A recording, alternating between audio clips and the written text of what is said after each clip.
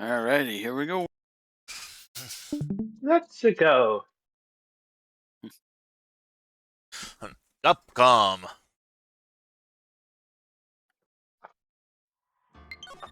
Alrighty.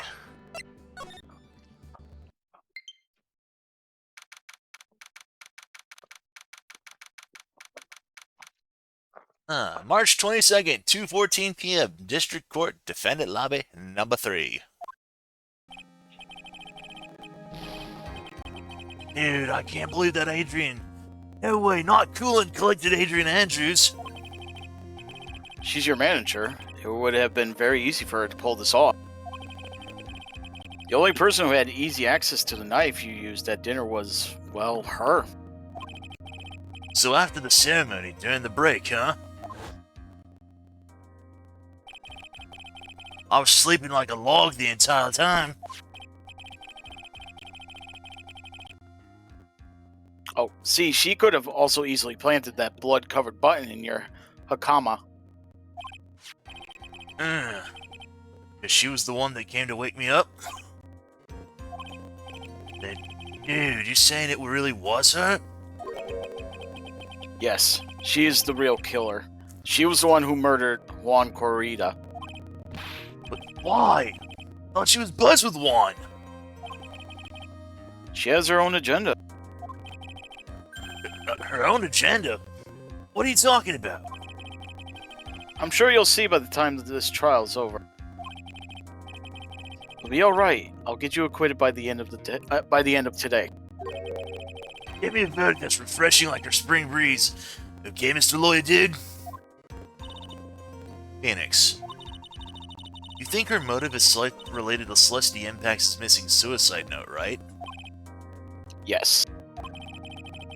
Miss Andrews depended on Miss Impacts as her strength and reason to live.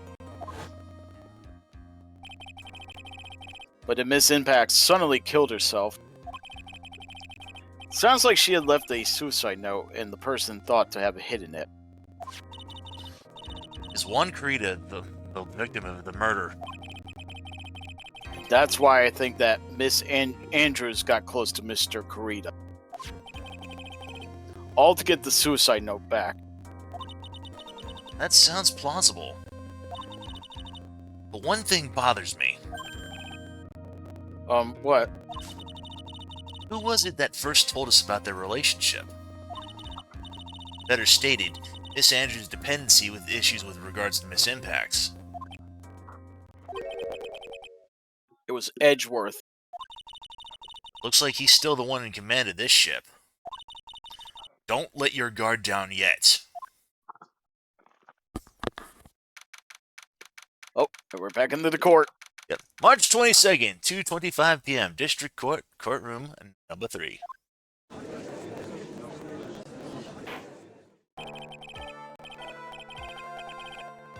Oh, is Jay here? Does it start? Oh, hold on a second. Yep. Just a minute. Yep.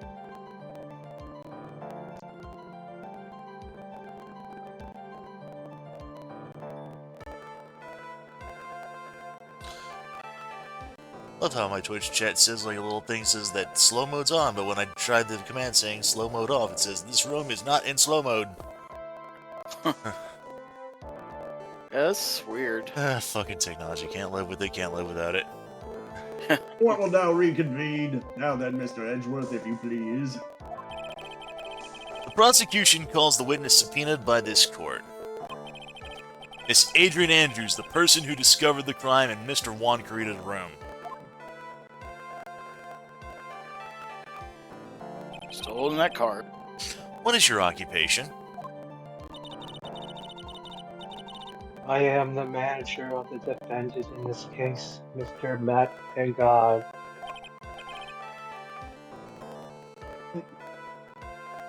I see. Now. Before we begin, Your Honor, I have one request. Oh, yes, sure. What is it? I'm sure everyone in this room is wondering the same thing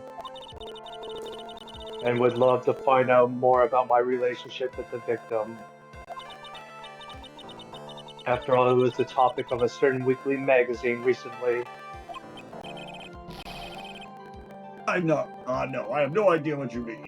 I've never even heard of Gospel Land. Also, did anybody tell you you look like Samus Aran? If the judge was ever a prosecution witness, he'd do all my work for me.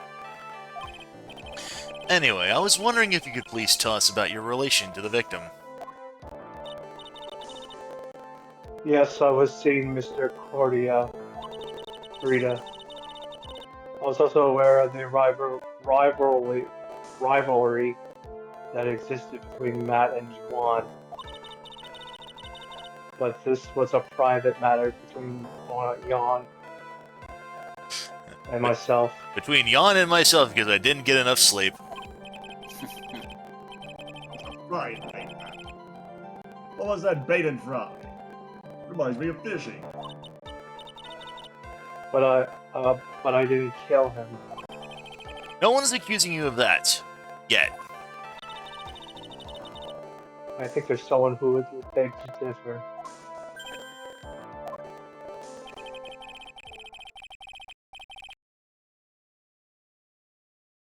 I think we all understand your relationship with the victim now, Miss Andrews. Very well then. Witness, please testify to the court about what happened when you discovered the murder that had taken place.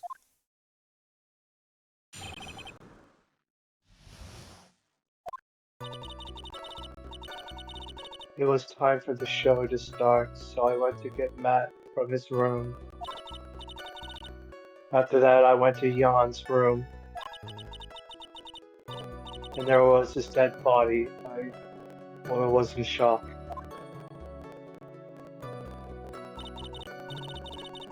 What I saw was naturally the exact scene as in the crime scene photo. I felt as though I was about to faint, so I poured myself a glass of juice.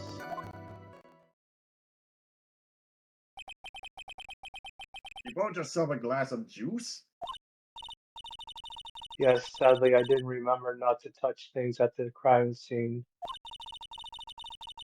And I disturbed the crime scene by moving this one thing. And that's when the fingerprints on the wine glass were made, Your Honor. I see.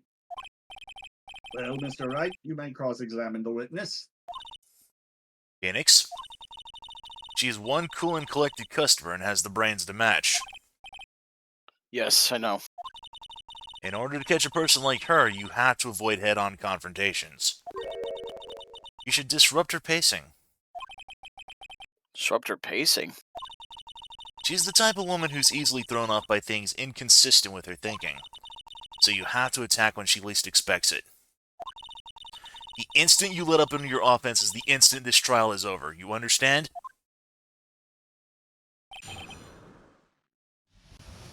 So before we go in and do this, keep special note of her glasses.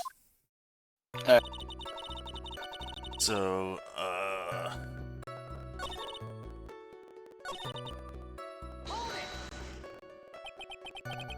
You were in shock.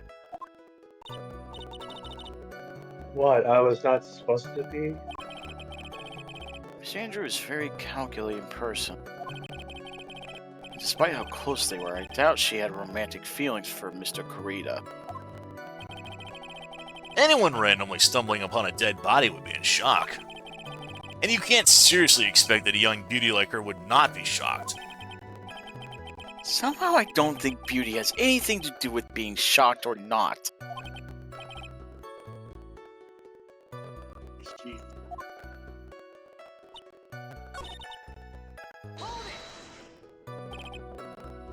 Juice?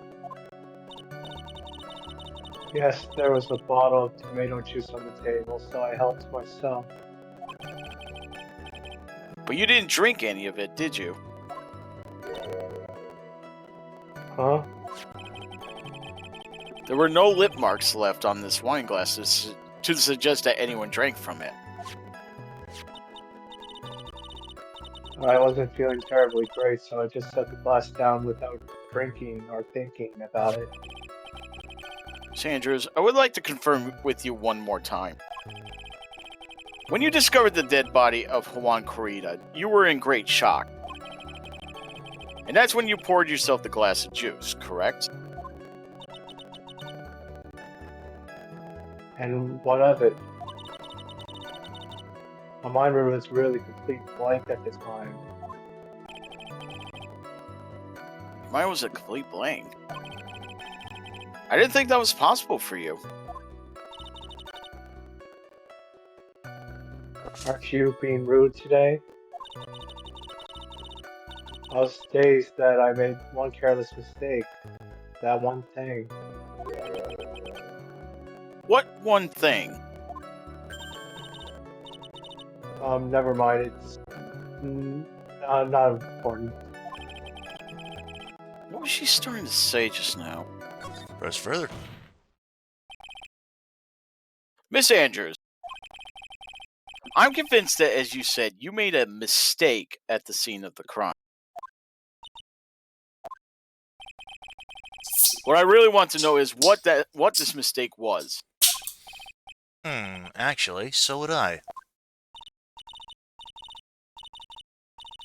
I'm sorry. It's kind of embarrassing. When I set the glass down on the dresser, I accidentally knocked the flower vase over.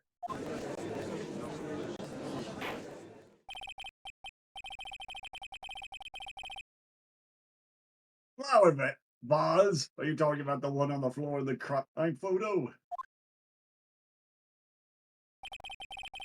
This mess of glass shards. It was originally on top of the dresser, but when I bumped into it with my elbow, it fell onto the guitar case. Why did you withhold such an important piece of information? I'm sorry. I thought that since the crime scene was already in disarray,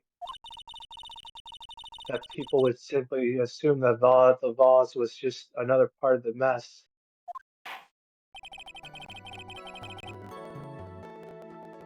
Yet another fact has come to light here. Please add this and anything else you have to reveal to your testimony. I'm sorry, but I have nothing more to add. I didn't touch anything else.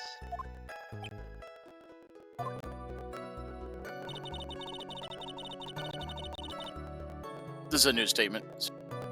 I was the one who knocked the flower vase over where it fell onto the guitar case. I disagree. So the guitar case, yeah? Yeah, there's some water, but only on the top of the lid, but bears Corrida's fingerprints. You testified that you knocked the flower face over. Is this correct? Yes. And are you sure it fell onto the guitar case? Is there some problem with what I have said? It's not some problem, it's a major problem.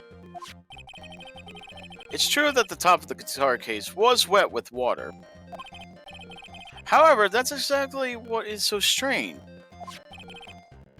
Miss Andrews, you testified that the vase fell onto the guitar case. However, if that was true, the case should have gotten wet on the inside, not the outside.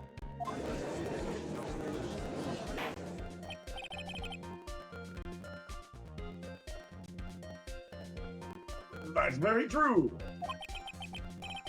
Furthermore, there is one other strange thing about this guitar case. And what is that? Let's take another look at the crime scene photo.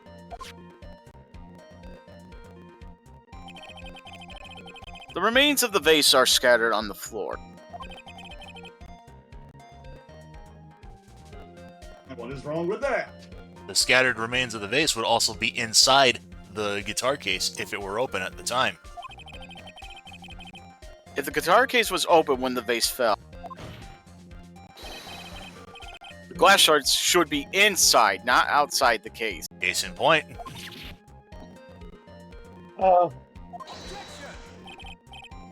What is your point, right? And Tim's like, my point is that the inside is completely dry. Now that's the power of flex tape! That the case was closed at the time the vase was knocked over? Is that all? No, think back to what Miss Andrews testified to. She said that other than the vase, she didn't touch anything else. Ugh. Yes, that's right. She did implicitly say that she didn't touch the guitar case.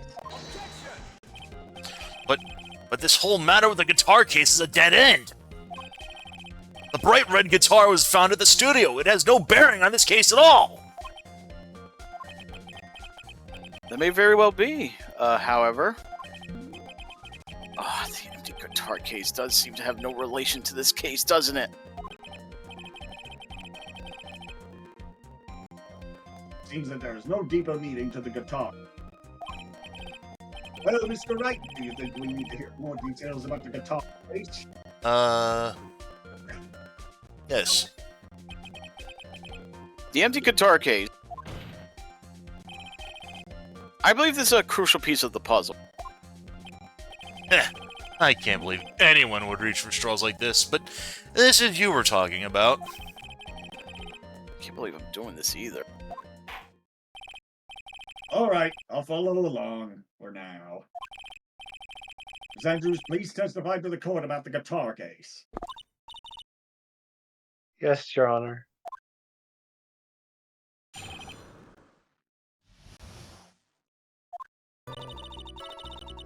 I don't remember too clearly because I was in a bit of a daze. I suppose I must have opened the guitar case after I knocked the vase over. It's not a big deal though, right? The case was empty after all. As for why I opened the case, even I don't recall. Looks like this really wasn't a very important point. This wastefulness is such a familiar feeling by now that it's almost comforting. Anyway, I'll just go ahead and start the cross-examination. Using any way to change the topic, a convenient escape for a weak man.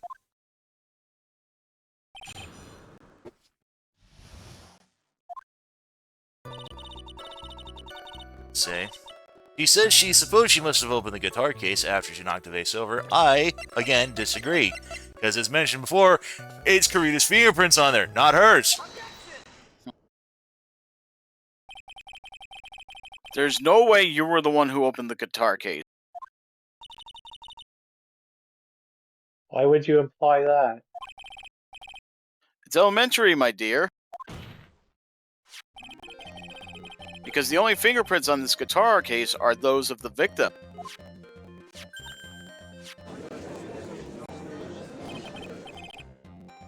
What is it, Miss Andrews?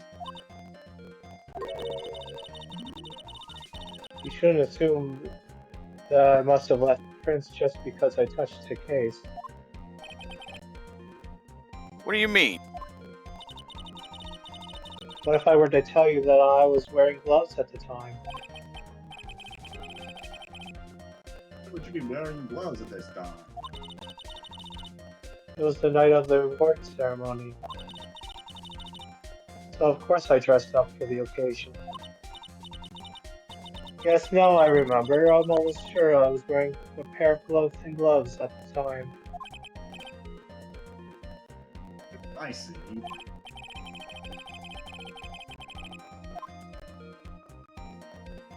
Well, Mr. Wright, it seems the witness was wearing gloves at the scene of the crime.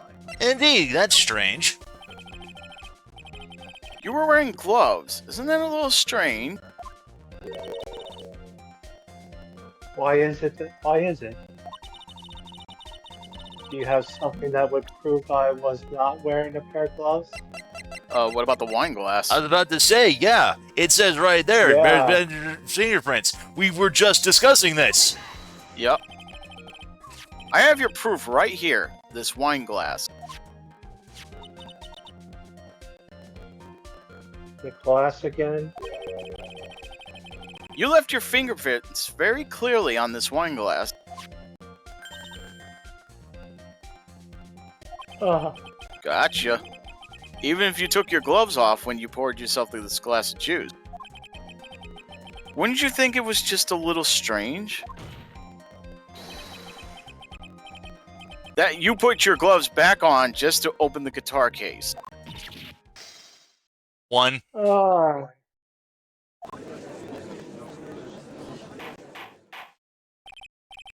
Order. Looks like you hit the nail on the head this time. What do you mean? I believe that guitar case plays a very important role here.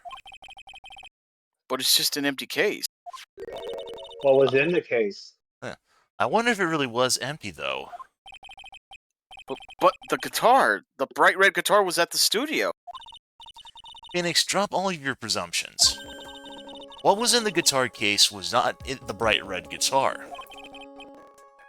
You don't mean it was a bright white guitar? Wait, that's not right either.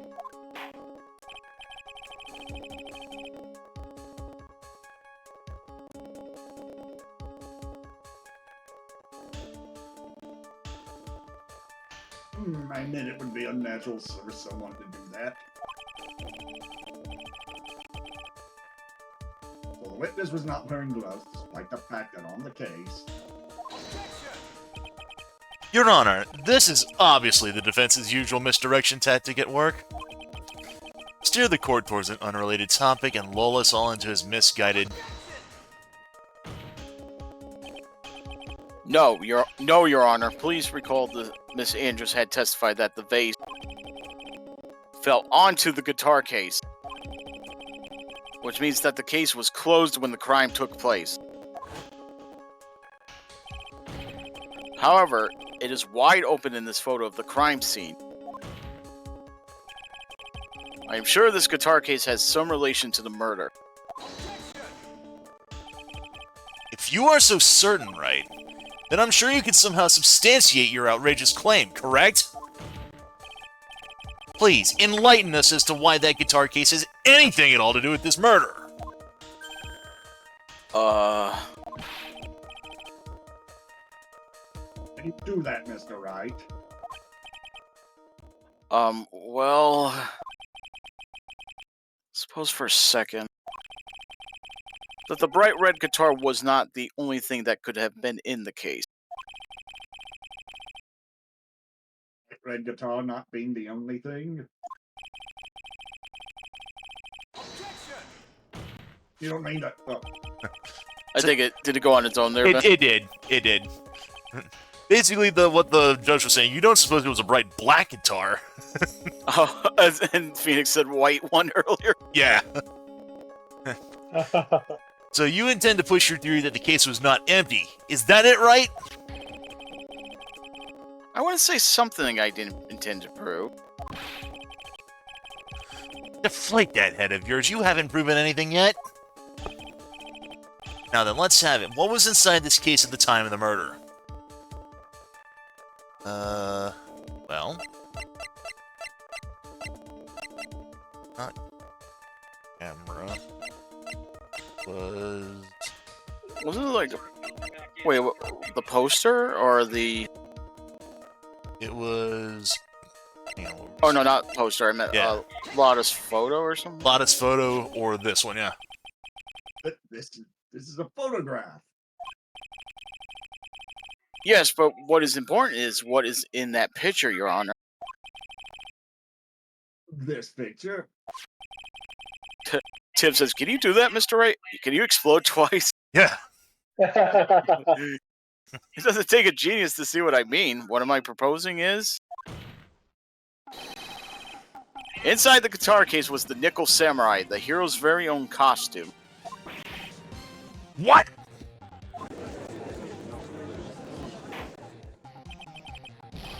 Mr. Wright, explain yourself. Right, are you saying that this witness opened the guitar case to take out a costume? What insane point would there be doing something would there be to doing something like that? That insane point would be to wear the costume, of course. Miss Andrews put it on to hide her identity so she could make her escape. After all, you couldn't let anyone see you leave, could you, Miss Andrews? I refuse to accept your theory. You have anything to support such a preposterous idea? Just outside the door was an investigative photographer who was starving for a big scoop. And in the end, she managed to get the shot, correct?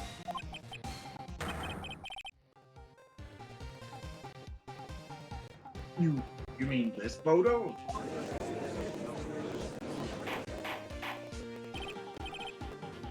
Order! Order!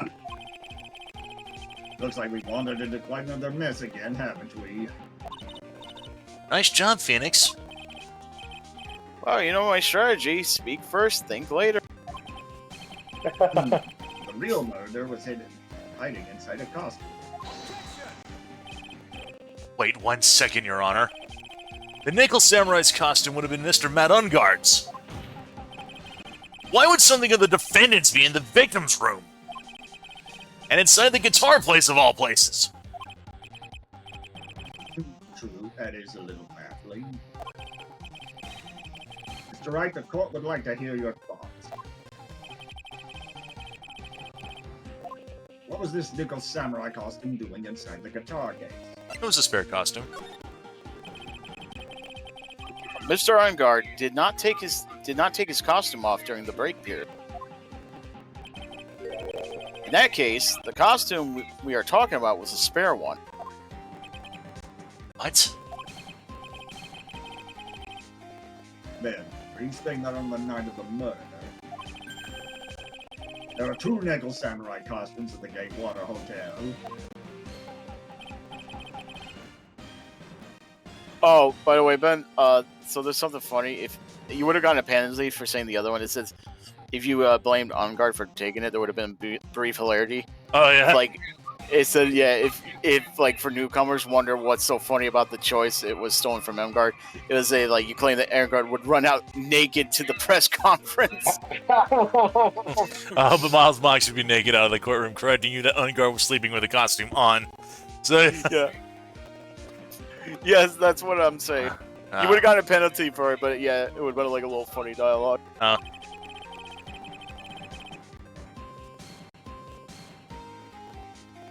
do you explain the costume that was inside the guitar case? It would mean that the victim himself had brought the spare to the ceremony on purpose. But why? Because you're fat, boy! And further thing, you're ugly. I'm sorry. The victim, Mr. Korida, was the Jammin' Ninja. Why would he secretly bring the Nickel Samurai's spare costume with him? What could be the reason behind such a peculiar act? And therein lies the sticky point. What are you mumbling to yourself about now? You've just been rambling all this time without any sense of inner monologue? Huh? No, I just... Mr. Wright, please explain yourself. Why do you think the victim had this Nickel Samurai's spare costume? Phoenix, are you sure you can explain this one? Think carefully before you answer. Then answer with gusto. I believe in you. Alright, this is what I think. The reason the victim brought the Nickel Samurai's spare costume to the hotel was... What is this? On the night of the murder after the stage show, the Nickel Samurai was going to hold a special press conference. A press conference? Yes, the Nickel Samurai was supposed to confess something at this conference. I had heard about this as well. For once, you're not making something up, right? But what struck me as strange was that Mr. Arngard himself said he had no idea he was supposed to be holding a press conference that night.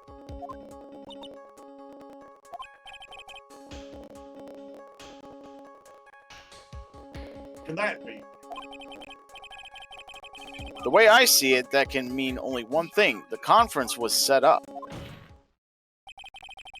by none other than the victim, Mr. Juan Corrida himself. The victim? Yes. The spare nickel samurai costume was prepared for that very conference. Mr. Corrida was going to hold the press conference as the Nickel Samurai.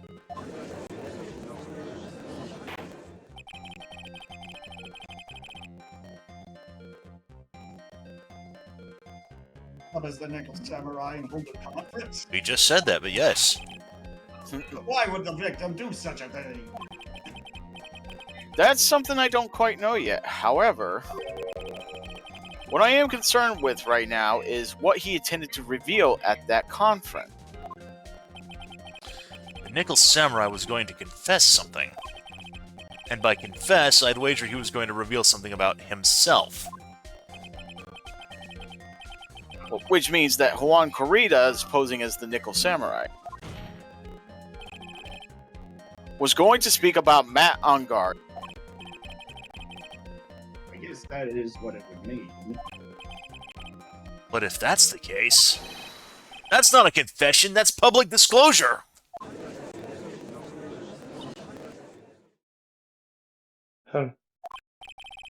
Miss Andrews? I can see why you are pros at what you do. Pardon me? Yes, just as you say, the press conference was set up by Juan.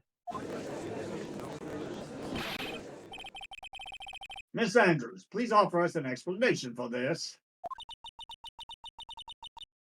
I was the one he asked to help set it up.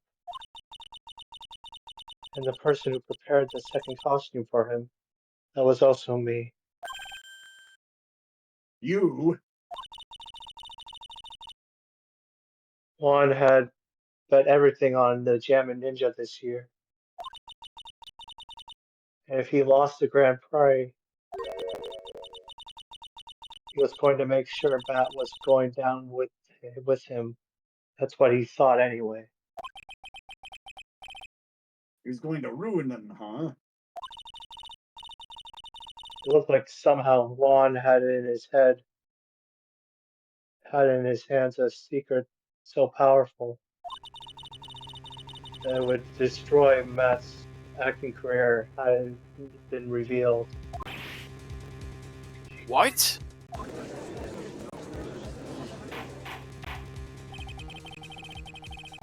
Do you know what the secret of Mr. Arngard's is, Miss Andrews? There's something only Juan knew. I don't know what it is.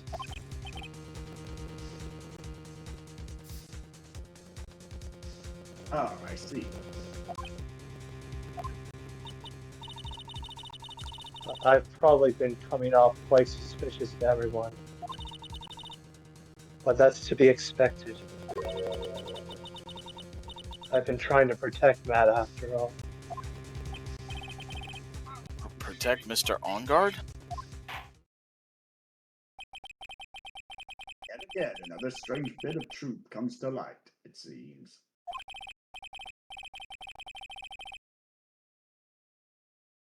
Miss Andrews, if you could, please tell us the truth about your behavior. Yes, Your Honor, I understand.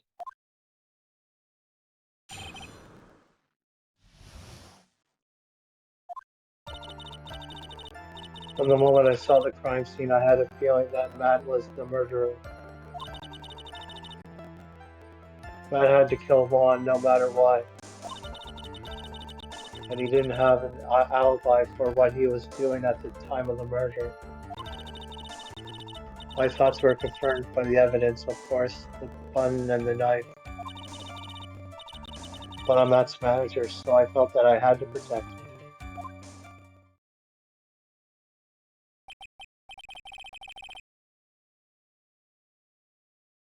does account for everything.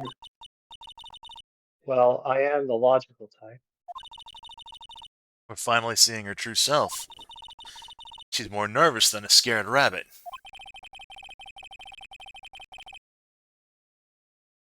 If the defense can find no fault with his testimony, I'm ready to make a ruling. Please keep that in mind as you cross-examine Mr. Wright. It's like somehow everything has swung to the opposite end of the scale again. That just means I have to put my weight into this and turn her logic upside down.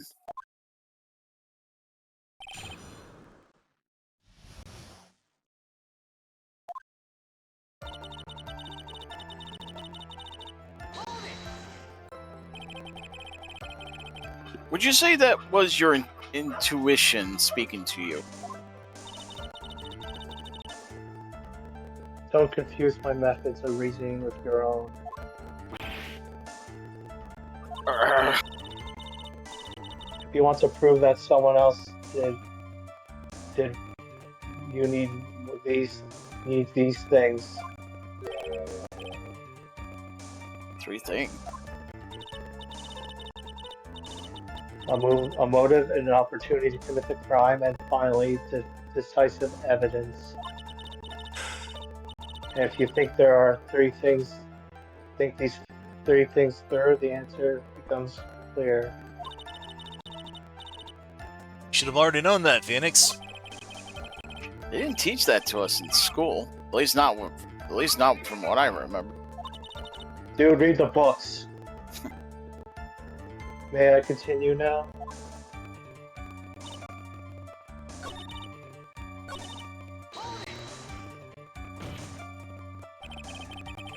You can hardly call the knife. What's up? Okay, never mind. You can hardly call the knife decisive. The fingerprints on the knife could very well be a clever camouflage. Then what about the pun? Button. Clear from the crime scene that the victim and his murderer fought. And during the fight, the killer ripped the button from the Jammin' Ninja's costume. Talking about this button, correct? That button was found in the plates of Matt's karma. Ikaro, isn't that correct? Tim said, button, apply directly to the butt. I think that makes it very decisive evidence.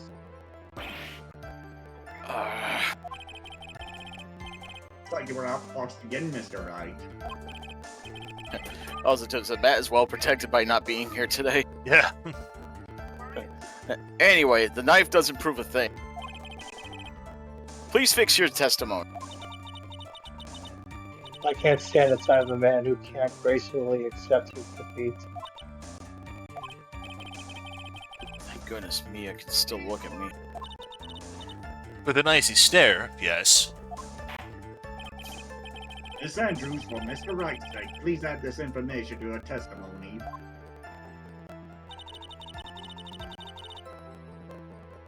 This is no, The button was torn off Juan during the fight with Matt.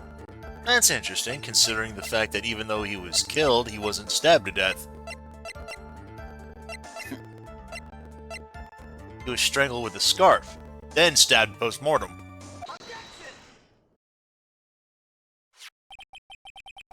this is the victim's autopsy report. It clearly states that the cause of death was strangulation by a scarf. Strangulation? And then Phoenix, or not Phoenix, but fucking Edward goes like, objection! Seriously, that's what you have? I was given the updated autopsy report. No. The knife stab to the victim was done after the victim had already died. And what does that mean? Let's examine the evidence. This button has the victim's blood on it, which would mean that it was ripped off of the costume when... after the knife was stabbed into the victim. Exactly, which means it is impossible that this button was torn off during the victim's final struggle. Because the victim was strangled to death in that fight.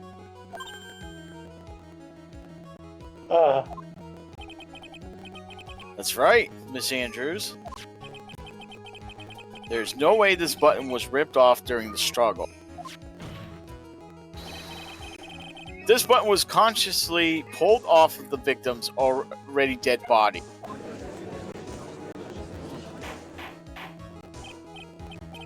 Order. What is the meaning? What is the meaning of this, right? So what if the button was torn off the body after the victim had already died? What does that change? Let me ask you one simple question, Mr. Edgeworth. Why was the button torn off? What purpose did that serve? What purpose? We now know this button was not torn off during the fight. So the murderer took the time and effort to purposely rip this from the victim's body. That would mean that the murderer had something in mind, wouldn't it? Mr. Wright, does this mean? Does it mean you know what the murderer wanted to do with this button? What was it? It was the pin of the crime on Ungard. There's only one logical reason for doing something like that. It was to pin the crime on Mr. Ungard. There's no way anyone would put a blooded button in their own pants. That's right, Mr. Ungard was set up. By the real killer, of course.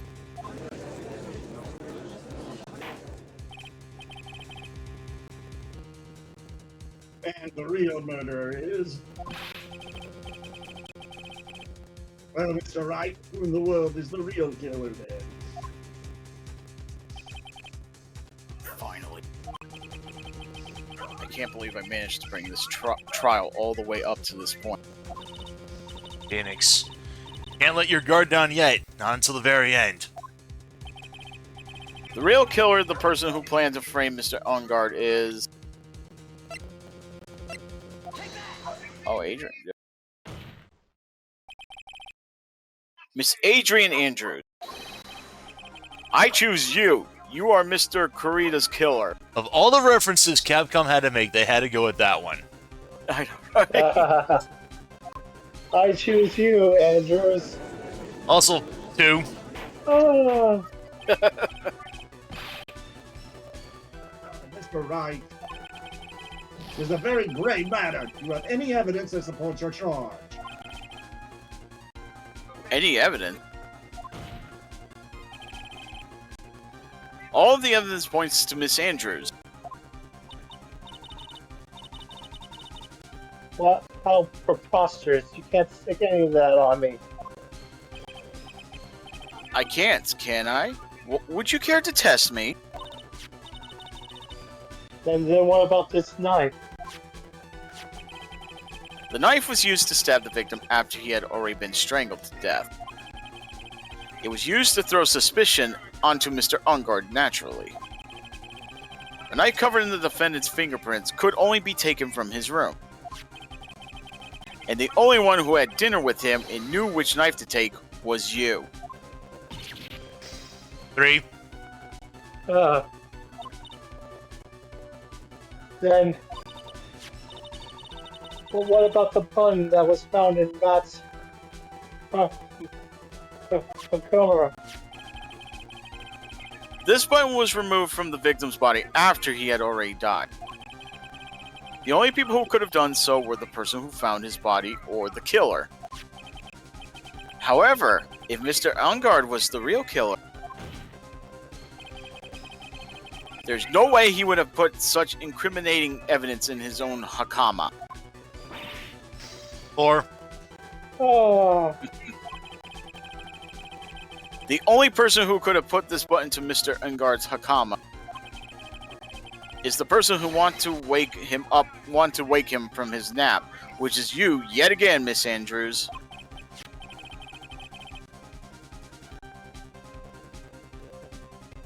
What about the empty guitar case?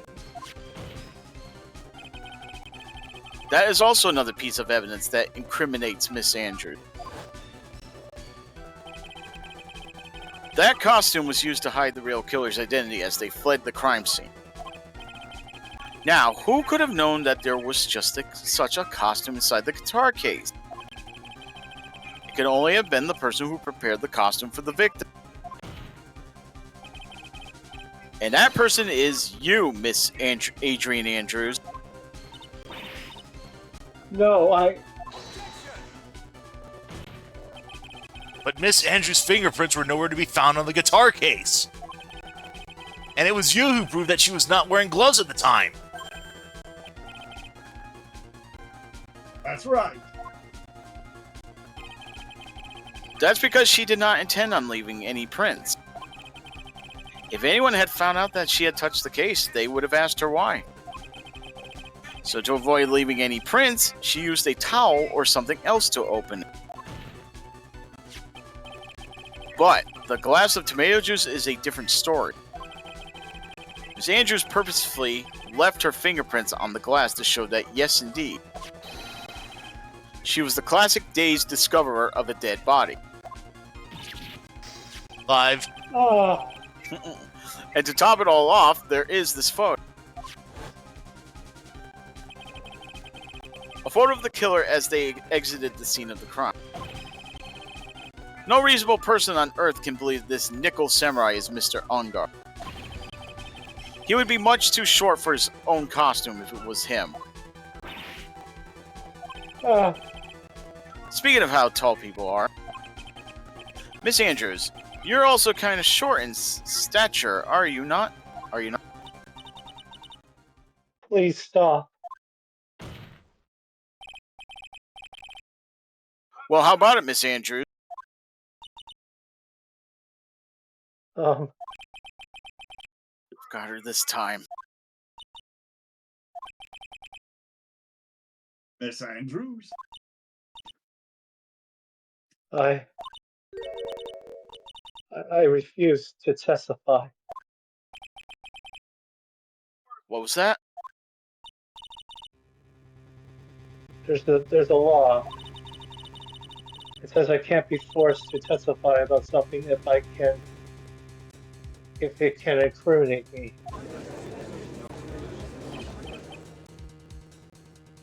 Well, yes. You're absolutely correct, Miss Andrews. Law does provide us with a way to avoid self-incrimination by allowing a witness to not testify if the testimony can cause damage to themselves. What? I plead the 5th, Your Honor.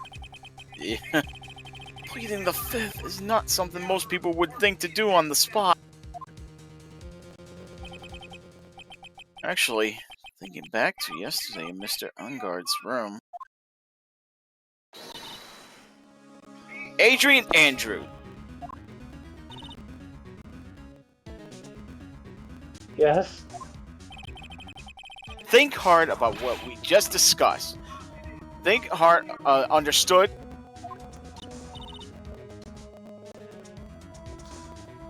Alright.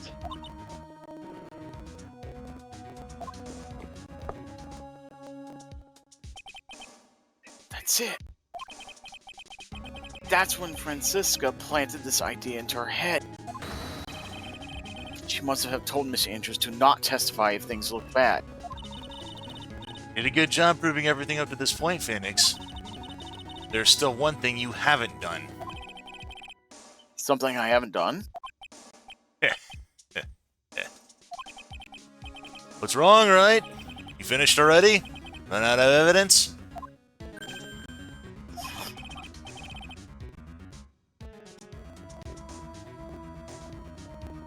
So humorous, Mr. Edgeworth. I'm sure you realize this as well, Your Honor. But Everything the good lawyer here has proven up to this point is meaningless. What? Everything you've proven is circumstantial. Circumstantial? Yes, circumstantial. You've yet to provide a piece of definitive proof. Proof that Miss Andrews did, in fact, harbor a wish to murder Mr. Corrida.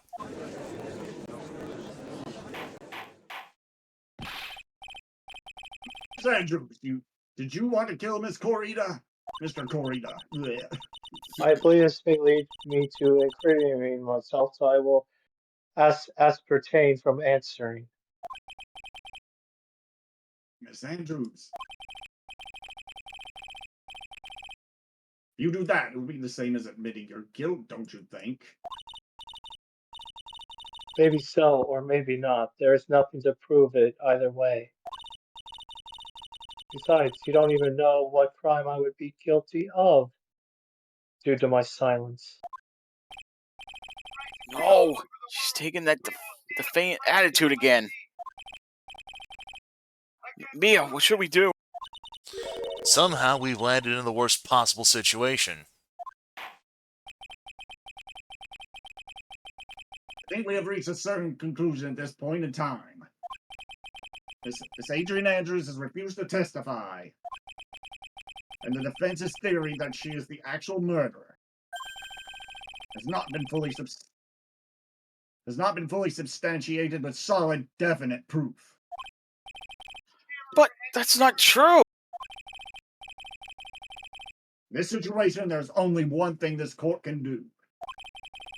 And that is to declare a recess. Recess? I request that both the prosecution and the defense look further into this matter. And at tomorrow's trial. Tomorrow? We don't have a tomorrow. If we don't get a not guilty verdict today, then... Please wait, Your Honor. That's not necessary. The trial... Please continue the trial. What are you sweating for? Your client is getting one more day to live, isn't he? That's not it. This isn't about that. Edgeworth, I know you know who the real killer is. Please, let the trial continue. If I don't get the verdict, then Maya...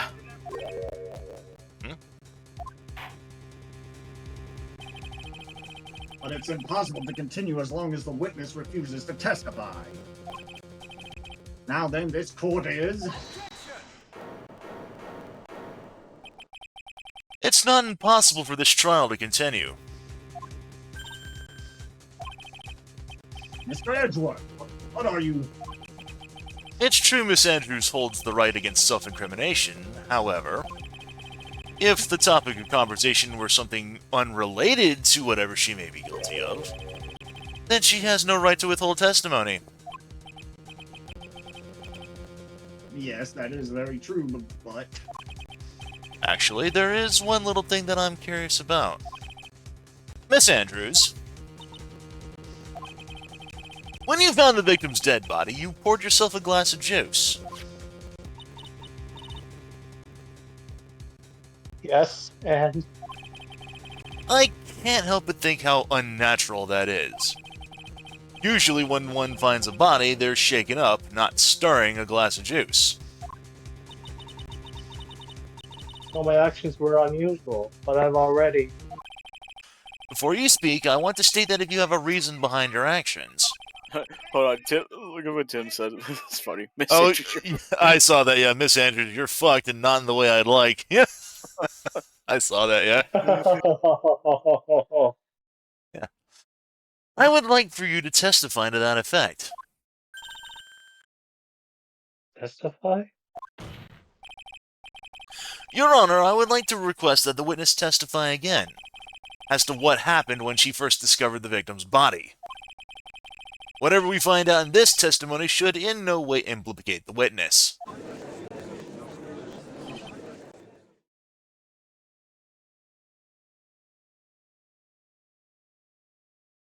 Hmm. I don't know what it is about Edward today, but I can't get a good read off of him. Is he friend or foe? I just don't know. I think he knows now what's going on. Yeah. The court acknowledges the prosecution's request. Miss Andrews, if you please. This scene right here, this is one of the reasons why this is one of my favorite things. If the first game didn't really prove how Edgeworth was a bro, this game solidifies it.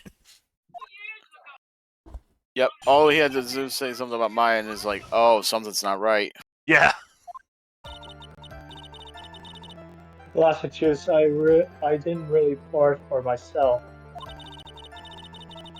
I was surprised when I walked into the room and saw it in that messy state. And Juan, he was sitting slumped over, tired looking in the corner. When I saw him sitting like that, the thought that he was dead didn't cross my mind. To be honest, I thought he had just fainted or something, so I went to pour him some juice. When I realized that he was dead, that's when I knocked the flower plant vase over.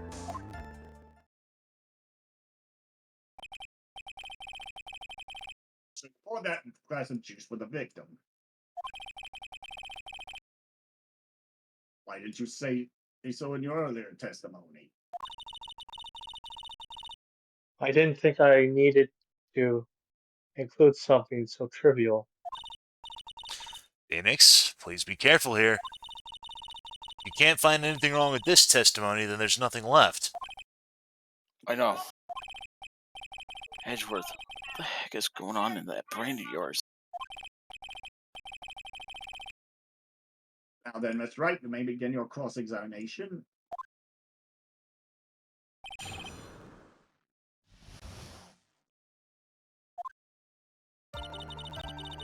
So she didn't pour the glass of juice for herself, she says. She was surprised when she walked into the room and saw it in the messy state. He was sitting slumped over, tired looking in the corner. And when she saw him sitting like that, the thought was that he was dead didn't cross her mind. I disagree with on that. Because the knife was already sticking out of him. Oh, yeah. Yep. So you honestly didn't think he was dead when you found him? No, not at all. Even though this is what you saw when you discovered the body?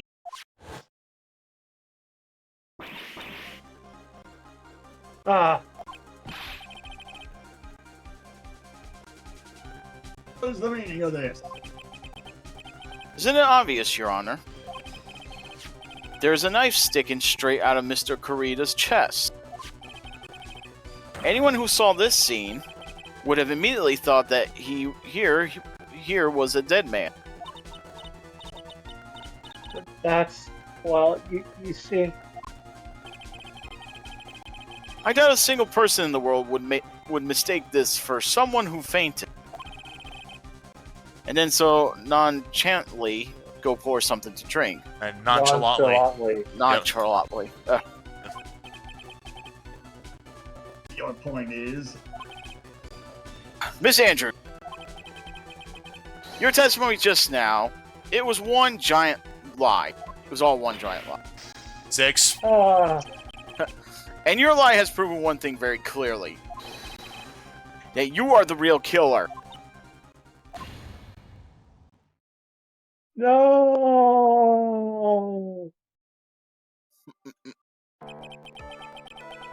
Looks like the defense has somehow brought the ugly truth to light.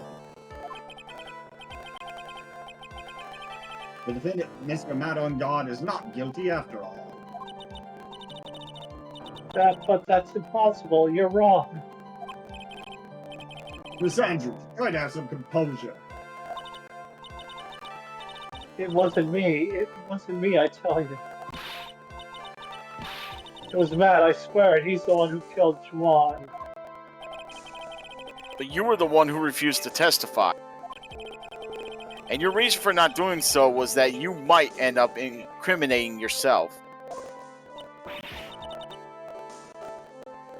That's because... Miss Andrews, I will give you one last chance. What exactly are you hiding that may incriminate you? I refuse to testify. Pleading that fifth again.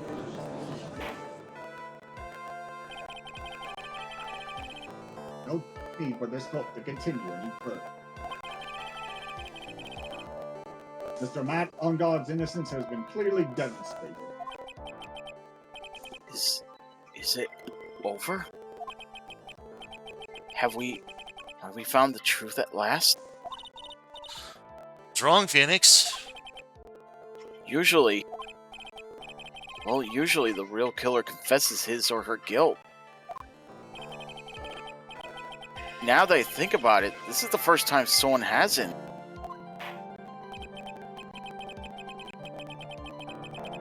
Now then, I would like to hand down my verdict for Mr. Matt Ungod.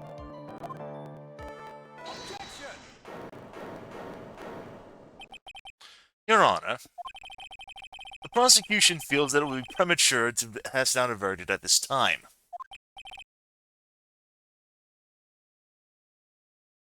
What? The reason is quite simple. This witness is yet to speak the absolute real truth.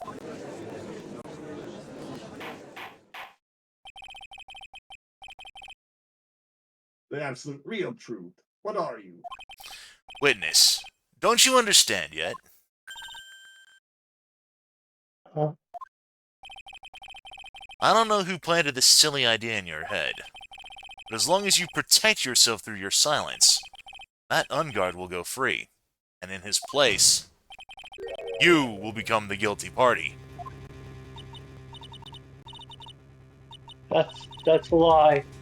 I don't believe you. What? I was told if I spoke, then it would be all over, and Matt would never be declared guilty. What in the world is she talking about? Has she lost it? Oh, I think I know what happened. Oh, if I'm right about this. I can't speak about it. I'm too scared. Francisca von Karma. Huh? Don't you remember, Phoenix? Miss Andrews lives by gripping tightly onto the words of another. Because she doesn't have the strength to believe in herself. Oh man, what I thought just now is right. Then, right now, Miss Andrew is... Yesterday, she was tossed a lifesaver by Miss Von Karma. Don't say a word, no matter what happens. If you do, Matt Ungard will be acquitted. Miss Andrews undyingly believes in those words right now and is clinging on to them. Then what should we do? This is the first time I've ever come across anything like this. Miss Andrew has to be the killer, right? All we have to do now is get our not guilty. That is my only priority. One of me, I'm begging you, please believe me. I didn't kill Ron. Help, please help. Someone help me. Mr. Wright. Yes, Your Honor.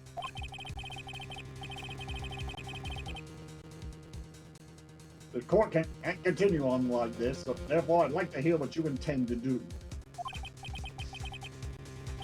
What I intend to do? What am I supposed to do? What am I supposed to say? Right? I suggest you think very carefully about this.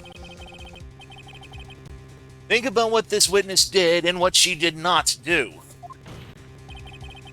And think about who is the real mastermind behind this crime. Who's the real mastermind? Isn't that obvious? There's no one else it could be except the woman crying over there, right? Come now, what will you do? What kind of man are you, Mr. Phoenix Wright? She's not the one that did it, is she? It makes all the more sense.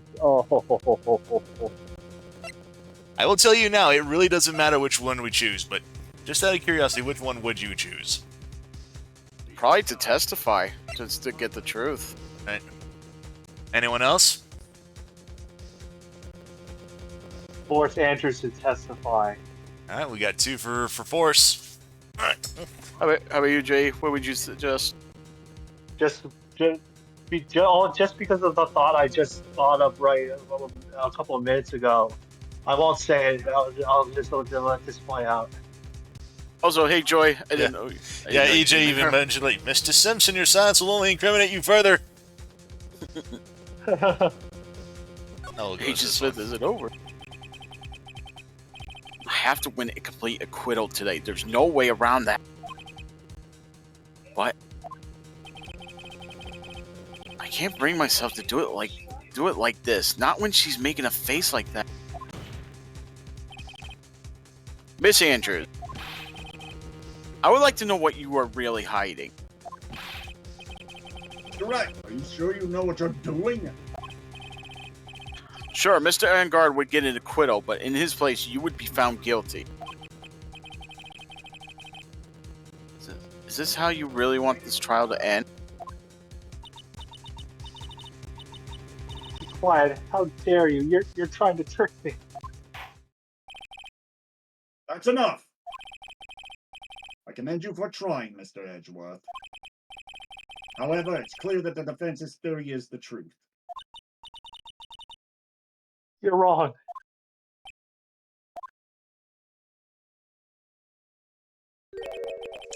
What a shame. I had hoped things wouldn't have come to this, however. What is it, Mr. Edgeworth? Miss Andrews, since you absolutely refuse to testify, it falls on my shoulders to disclose this to the court. Stop. But Mr. Edgeworth? This witness, how should I put this? She has an illness. What? And because of this illness, she has tried to commit suicide in the past. Stop. Please stop. No matter how much you want to hide it, it's no use. I have the evidence right here. That's the second part of the suicide report. The attempted suicide report. What will you do now, witness? You know what I'm about to do, don't you? I will now reveal to the court the true nature of the pitiful woman known as Adrian Andrews. Secret of her dependent nature? Having other people know about it scares her more than anything else in the world. Yeah, I know I said Edgeworth was a bro, but he's also kind of a dick. Please stop. I beg you. If people find out. If people found out,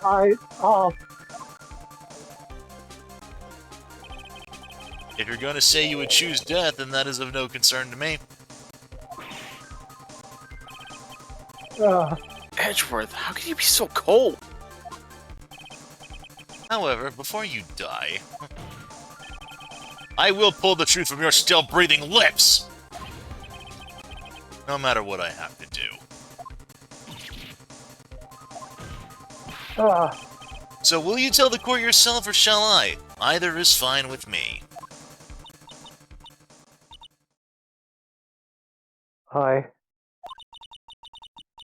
I'll talk, but please help me.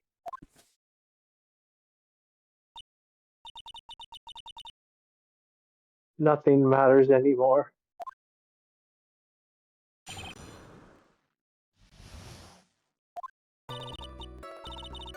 When I first saw him, I really thought he had fainted, honest. When I realized he was dead, that was when I formulated my plan. Once I made sure there was no one in the hallway, I made a dash back to Matt's room. And then I stabbed Juan's dead body with a knife and ripped the button off. just when I finished and I was returning to Master Yamaha, I had a bit of an inconvenience, and that's why I ended up using a nickel samurai costume.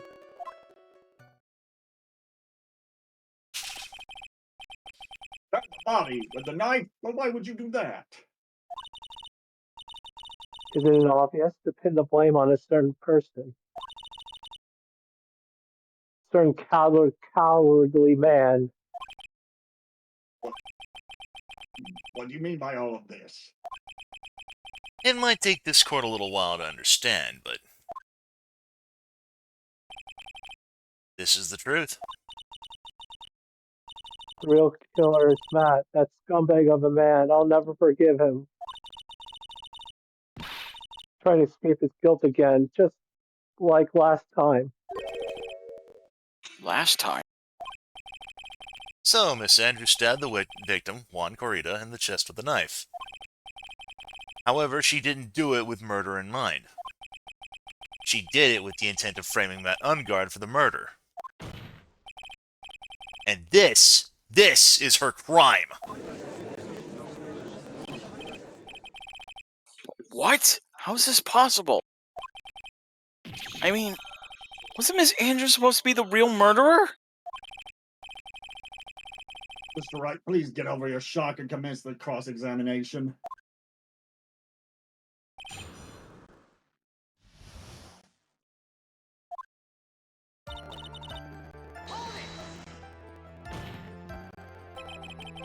But you could tell from the state the room was in that there must have been a fight. Are you telling the truth when you say that you did not know he was dead? He had a scarf tied around his neck. But that scarf is a part of the Jammin' Ninja's costume, so I didn't think anything about it. It was strange. His head was also tilted down a bit, so I couldn't see his face that well. That's why I thought I'd wake him up and went to pour the juice.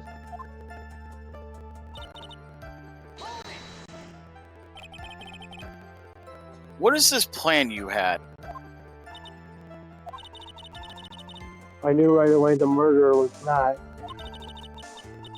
I knew because one, he was going to expose Matt's weak point to the world.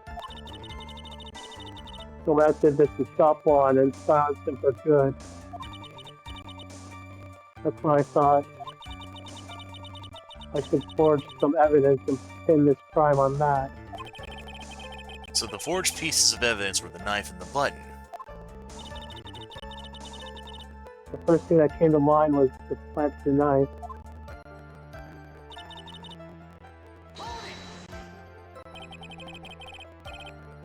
That was so you could get the knife, correct? The knife Matt used at dinner had his fingerprints all over it.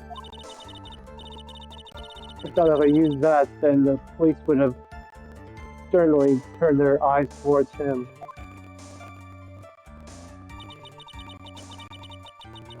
Matt was napping with his costume on at the time. I slipped in, took the knife, and returned to the scene of the crime.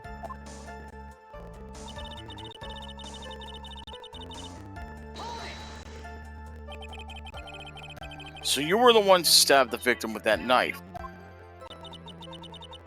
It gives me goosebumps to think about it now. What a horrible thing. But at the time, I couldn't control my own body. It moved on its own. Then when I stabbed Juan's dead body, I suddenly realized something. If I used the button somehow, I could make Matt look even more guilty. So you thought to rip off one of the buttons and then plant it in Mr. Ungard's Okama. Yes, that's what I had planned to do. But things never go according to plan, do they?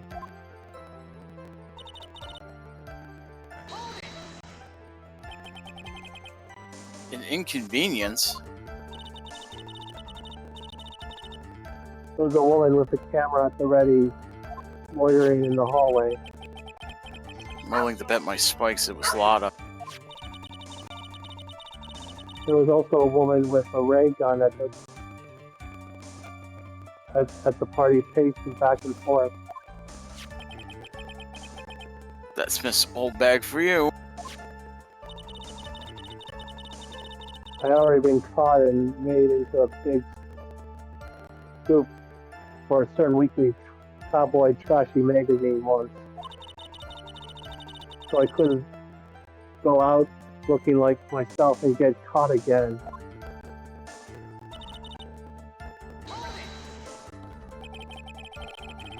You were the one who prepared that costume, weren't you? Yes, I took it from the Global Studios. I also put it into the Ron's guitar case the day before the award ceremony. You did this in preparation for the press conference, correct? Yes, Ron wanted to wear that costume and hold the press conference in it. He was going to disclose Matt's big secret there. What is it? A secret? That I don't know, unfortunately. Anyway, I thought that if I were to leave Ron's room in the Nickel Samurai costume, then people would think that Matt was the real murderer. I was very careful not to leave any fingerprints when I opened the guitar case. I obviously did not want anyone to know about the costume.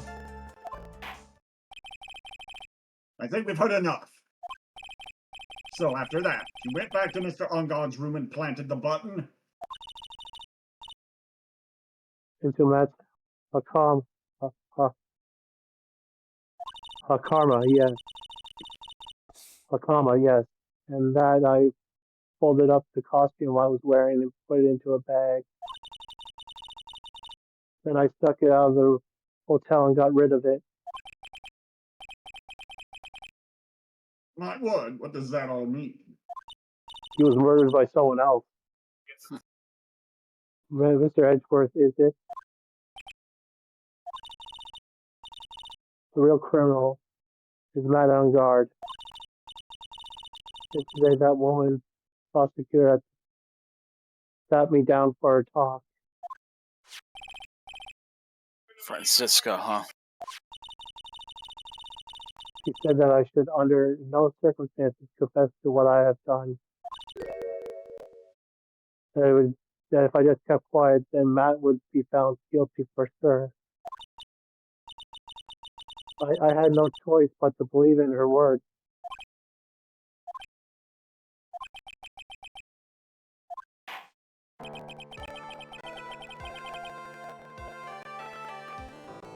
What this witness has done is clearly unlawful.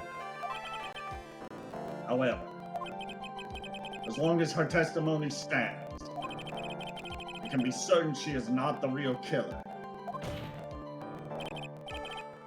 Wait, Your Honor. The defense still... Right? It's pointless. At this point in time, it is not possible to indict Miss Andrews on anything. Yes, exactly. There isn't a single piece of evidence that points to her as the murderer. The cross-examination of the witness is over, and so is today's trial. If you couldn't establish that the witness was the culprit, please let it go, Mr. Wright. But... Mr. Edgeworth, please place Miss Andrews under arrest for further questioning. Understood, Your Honor. The prosecution will arrange for her detention immediately. That is all. Court is adjourned for today.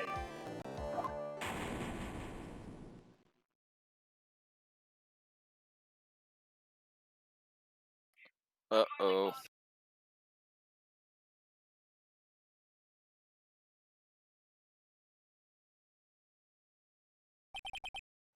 Today's trial, it's over. And I didn't win an acquittal. Witness, would you mind if I asked you something? Edgeworth? What is it? Before you leave court today, I wondered if I might look at one thing.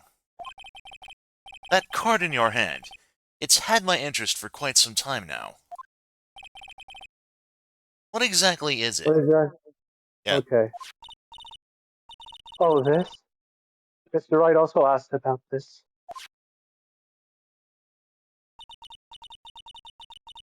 I don't remember, didn't remember at the time you asked me about it, Mr. Wright. I remember just now, I found this in the room on that day. The room? That day? Yes.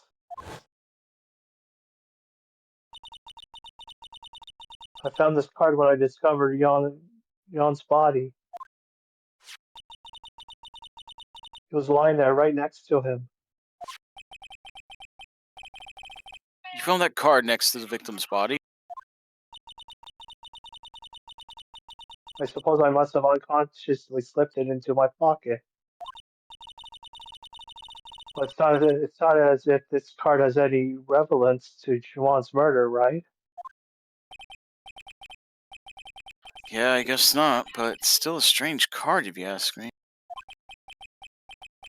As far as a clue to this case, I don't see why. Hold it. Witness! That card. Give it to me! Hurry! Also, Edgeworth? Do you have any idea what you have stupidly yet inadvertently done? This. I can't believe you hid this from me all this time! I didn't mean to. What is this all about? I've never seen Edgeworth so emotional before.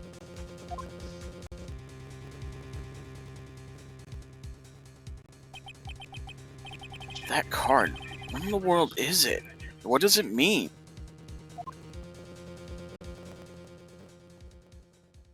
Oh. Yeah, I need to go check on something, Ben, before, so can we take a little break? Yeah, we'll go ahead and we'll do exactly that. We'll, save our game here, and, we'll take a bit of a break. Hey, right, I will be back.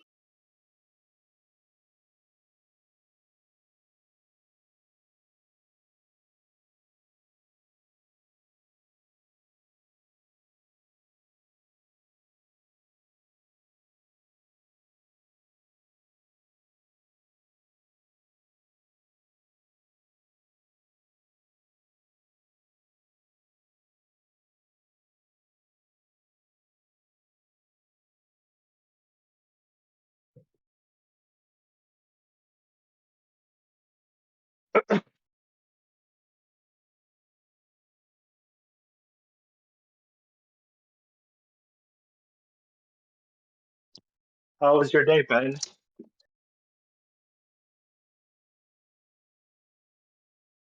Oh, you must be away from the. Okay.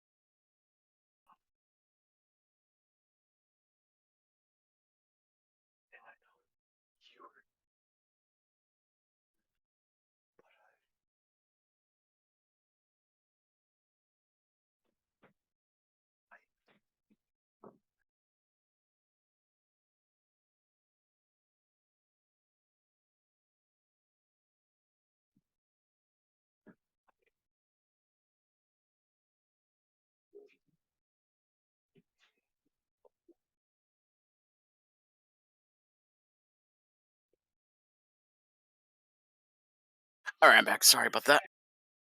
Welcome back. Thank you. Guess Ben went away because I tried talking to him. All right. Yeah, I had to go check on something. My dog was getting upset, so I wanted to make sure everything was good.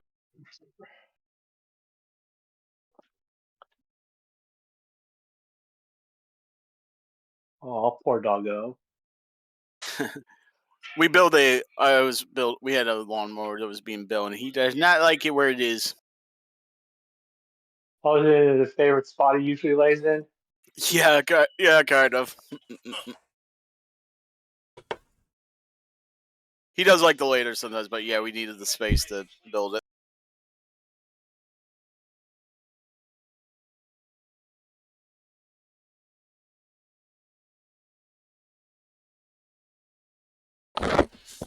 Okay, I'm back.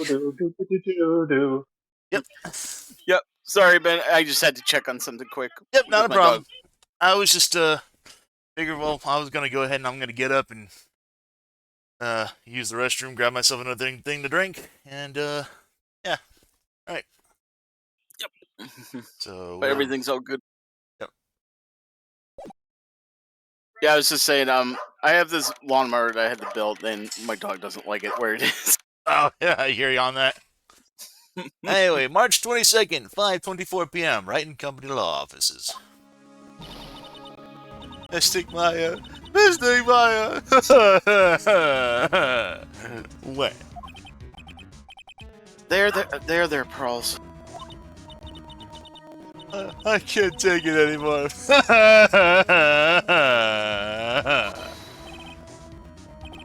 Look, it'll be all right. Everything may still work out. Huh? The condition was that we had to get a not guilty verdict. And so far, the kidnapper has kept his word and hasn't hurt Maya. And he won't because Mr. Ungard hasn't been given a guilty sentence yet.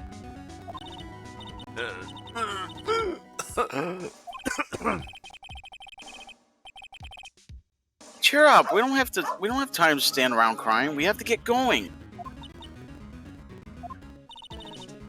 You're right. Mystic Maya's in much more pain than I am. Yes, that's right. So,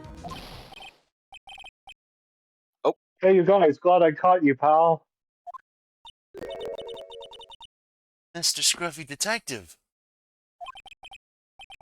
oh, well, looks like Detective Gumshoe Is he gonna give her another gun?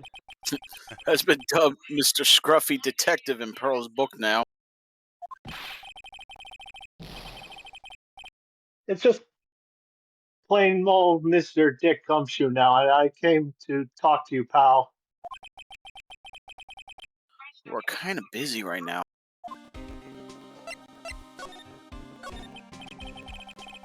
So, what are you going to do from now on? What do you mean, pal? Well, you've been fired, right? So do you have a new job lined up yet? Oh, that. What am I supposed to do now, pal? I don't have anything coming in at all until my next payday. What are you talking about? You don't have another payday? I guess that means I'm just gonna have to work here at your place, pal. Say what? Hey, I'd be down for it. You'll be searching for things that will prove Mr. Ungard's innocence all day, right? Well, yeah. So yeah, I'm going to help you, pal. I've got lots of experience in investigating and watching over people's places. I mean, he's not wrong. I'm great at making really simple meals, pal. I'll just take care of it all. That... Okay, yeah, I'll take him on that one. Considering his salary issue, yeah, Simple Meals is probably the only thing he can afford.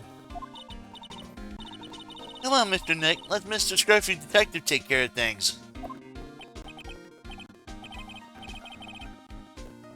Ah, okay. By the way, what's your best dish? Instant noodles. Of course. Oh, that's not very comforting.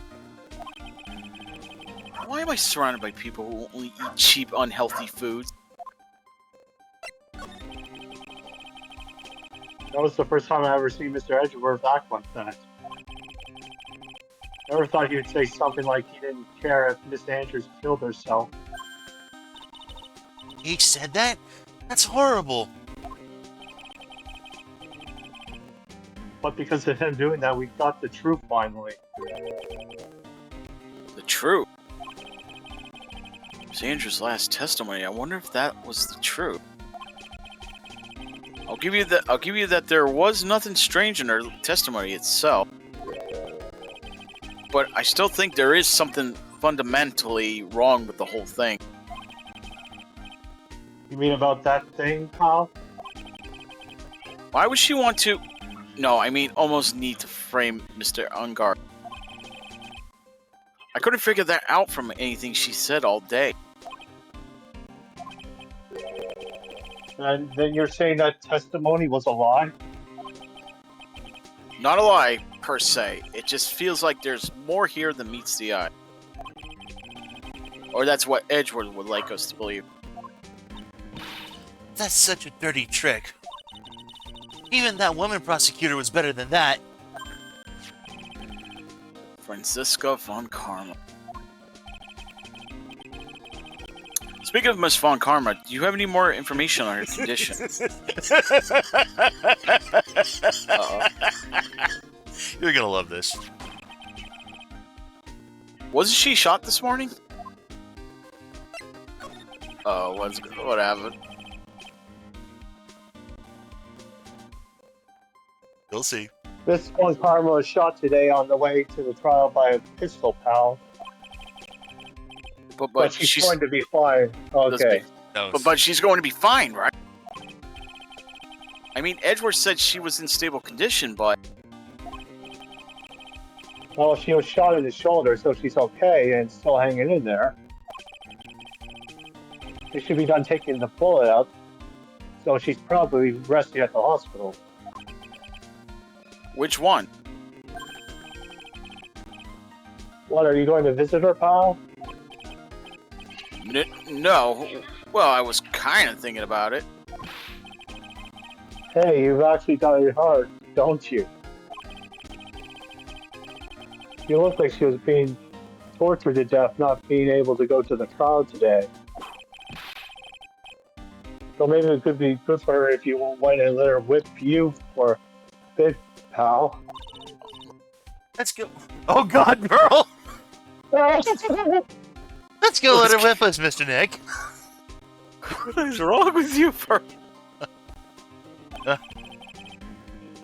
Now I'm definitely not going. Sorry. Oh, let's see, the name of the hospital, yeah, the Hottie Clinic. Hottie Clinic. Oh, no. You remember that, dude, don't you? Yeah. Oh, no. Oh, God. That name sends a chill down my spine. Well, I guess it can't hurt to stop by and say hi. This was why I was laughing earlier. Even similar like Mr. Ben being Mo, but not Mo.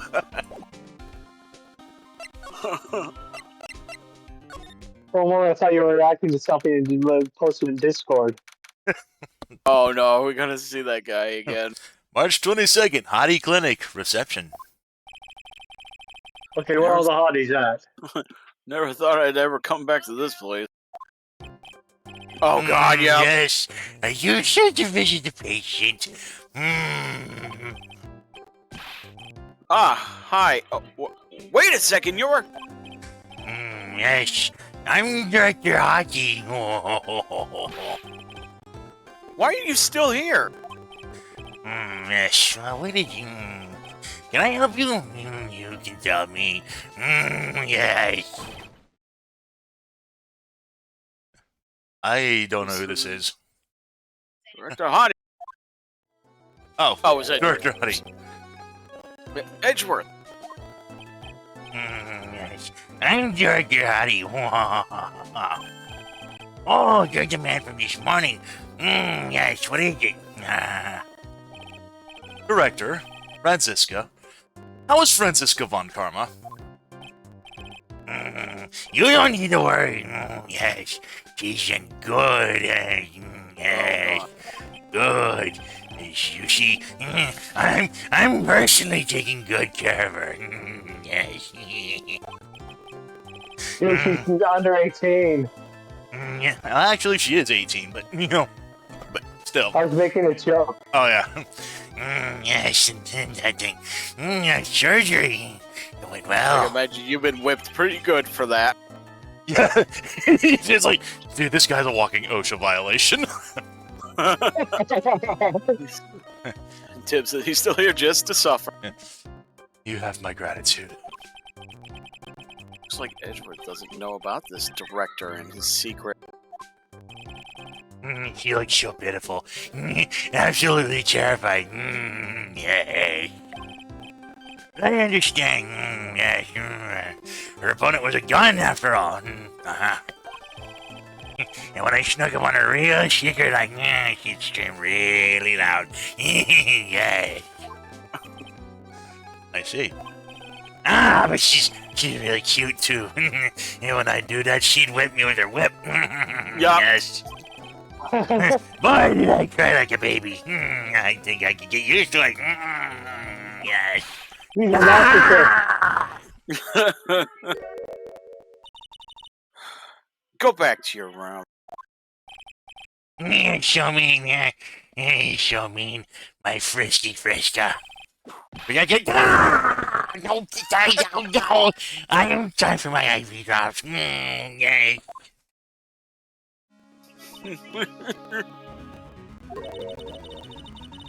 What are these tulips doing in your hands, Mr. Phoenix Wright? I know I shouldn't have come here.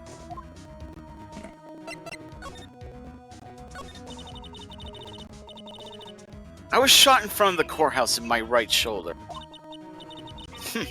It's no big deal. This sort of thing happens all the time. I even had full intentions of running the trial this morning. But that would have been too much for you. There's no need to act tough in front of us, you know. Regardless, I was dragged here by that man over there. He was so unyielding, one has to wonder if he was simply interested in stealing my cape. It was the only logical course of action given the bullet was still lodged in your shoulder. But by taking over the case, I found myself having to clean up after you and that irresponsible deal you made. I think I know what deal he's referring to. Miss Von Karma. You made a deal with Miss Andrews yesterday, didn't you? I don't know what you mean. In order to make sure you got your guilty verdict on Mr. Engard, you told Miss Andrews to not testify in court today. I don't know what you're talking about. Do you have proof that I made such a deal? You're denying it? Looks like you were lucky, Mr. Phoenix Wright. If I had been in court today, this trials would already be over. All while hiding Miss Andrews' own crime. That isn't my problem whether she had tampered with the evidence or not. I have only one objective, to find Engard guilty of murder. The end justifies the means, Mr. Phoenix Wright. The end justifies the means. Remember that statement. We will be seeing that again much later in the future. Miss Von Karma. Adrian Andrews believed you when you said, if you don't tell the truth of what really happened, then Engard will be found guilty. And what does that have to do with me? Because of that, she is now in danger of being found guilty herself. All because she believed in your words until the very end. That still has nothing to do with me. She's just a weak person, that's all. But you had to know she was... Ow! I think visiting hours here are about over. So if you excuse me... What's wrong? Why did she suddenly cut you off? Probably because she thinks I had the advantage in that argument. Edgeworth? What happened today at the trial, Edgeworth? That was not like you at all. I mean, I know you knew about Miss Andrews' condition. You could have made her testify so many times as you wanted, but to go that far? Ah. But she wouldn't testify about that until I said something. Listen, Wright. The courtroom is a garden of judgment. I am putting myself on the line when I stand in there. That's why I made the witness do the same. It's only natural. By the way, Edgeworth, you were really angry in court today. That's rare for you. Witness, that card. Give it to me! Hurry! You have any idea what you've stupidly yet inadvertently done? This. I can't believe you hid this from me all this time!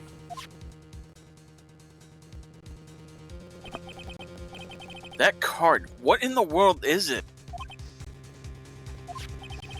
You mean this? Listen, Wright. This is top secret information. You absolutely cannot leak this! Special Investigations Team has existed for a number of years, but few know of it. I understand. Their task is to find the owner of this card. A man called Shelly the Killer. And just as his name states, he is a killer, an assassin. The best at that. An assassin? Picture card added to the court record. Oops, damn it, I didn't mean to... God damn it! I just want to hear you be all angry again. That was my fuck up. Yeah, that's fire. Assassin? You mean he assassinates other assassins? So who is this Shelly the Killer? The Killer is the name of a long-standing line of assassins. Long-standing? The name first appeared about 100 years ago, I hear. Shelly is the professional name of the third heir to the Killer name. So because his professional name is Shelly, he leaves cards with a shell on them? He has a habit of making sure to leave a card by the body of his victims. Why would he do something like that? We think it's part of his duty to his clients. His duty? If he leaves a card, then his clients can be assured it was he who killed the victim. It also serves as insurance against any charges being pushed onto his clients. I see. The Killer values the trust between his clients and himself above all else. It seems that this is one honorable assassin with a moral conscience. I guess that even honorable assassins can exist. So you think this assassin, you think he's the one who did the killing in this case? It would appear that way. The discovery of the card basically confirms it, wouldn't you agree? Shelly the Killer, huh? I noticed something at the trial today. You were behaving in a very strange manner yourself. Something the matter? I guess I should just tell him. Maya, she's been kidnapped. Kidnapped? What did the kidnapper want? An acquittal. See, I had no idea. I will prepare a rescue team as soon as possible and resolve this by tomorrow. Really? Did you hear that, Mr. Nick? Mr. Edgeworth is going to... Stop trying to console me, Edgeworth. I don't need your pity. Mr. Nick.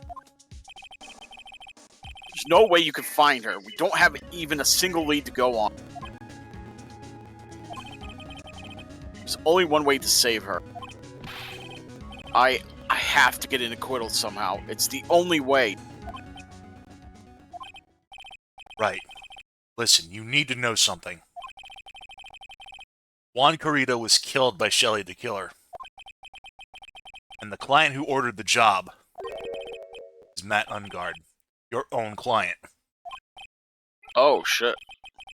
Please stop. I can't listen to you. I can't believe that. See. Well, if you want to continue your investigation, you're going to need this. What is it? The hotel right now is restricted to police personnel only, as we are looking for any clues that might lead us to Shelly the Killer. But if you take this with you to the hotel, I'm sure they'll let you enter. Allows bearer to freely investigate the crime scene. Added to the court record. In any case, I must attend for the preparations for Maya's rescue team. We'll meet again if anything should happen. Now, if you'll excuse me. What a bro. Mr. Nick? Do you think Mr. Ungard hired an assassin? No way. I mean, he doesn't have a psych lock. Yeah, I guess not. Maybe he's, like, found a way to, like, resist it. Maya, Maybe split personality. please, all I ask is you make it home safe and sound. Date? Time? Location? I guess even kidnappers can be a little clumsy. Tim, stop trying to console me as if he's trying to attack you with an N64 as a weapon. Don't Nintendo 64 ask me to use this. Stop toying with me, or you'll be nothing but a Dreamcast. Are we gonna have a problem? You best switch up that attitude. You're playing a dangerous game, boy. Sorry. Did you read this out? Clumsy enough to drop a card like this for me. Yeah, okay, there we go. And even though he said he was an assassin, I'll be right back. I bet he's just making that up, like how Nick does with everything in court. Anyway, let's try out the card trick with this card I just found. I'm back. Never mind. Look. Sounds like I got the door open. Okay, time to go take a look outside. Move. Yep, same as before.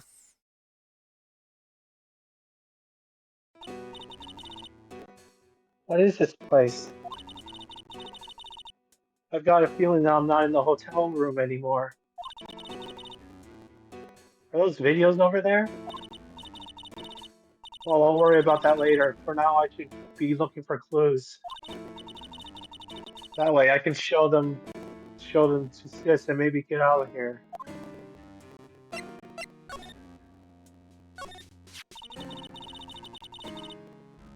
There's a framed picture sitting on his coffee table. The picture of a woman. She's kind of pretty. Hey, it looks like there's something written here. Let's see. I think it says, "With love, Celeste." Oh. I bet this could be a clue. Okay, what I thought might not be right. Oh, hey, it's a computer. I've never really used one before. I have no idea where the power switch is on this thing. Drat, there goes my plan to use this somehow to get out of here.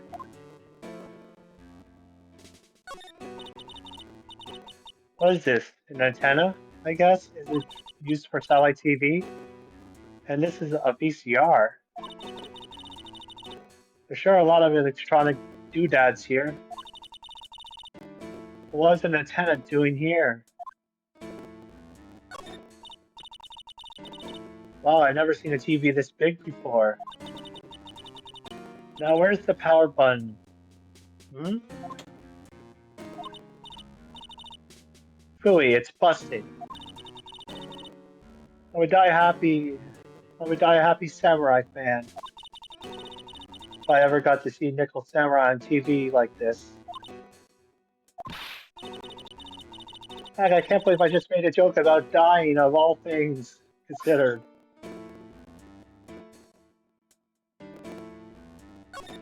Check out the bear. That's weird. What's a figurine doing on a sofa in a place like this?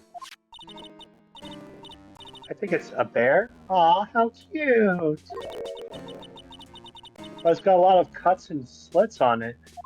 I wonder if it's some kind of puzzle or something.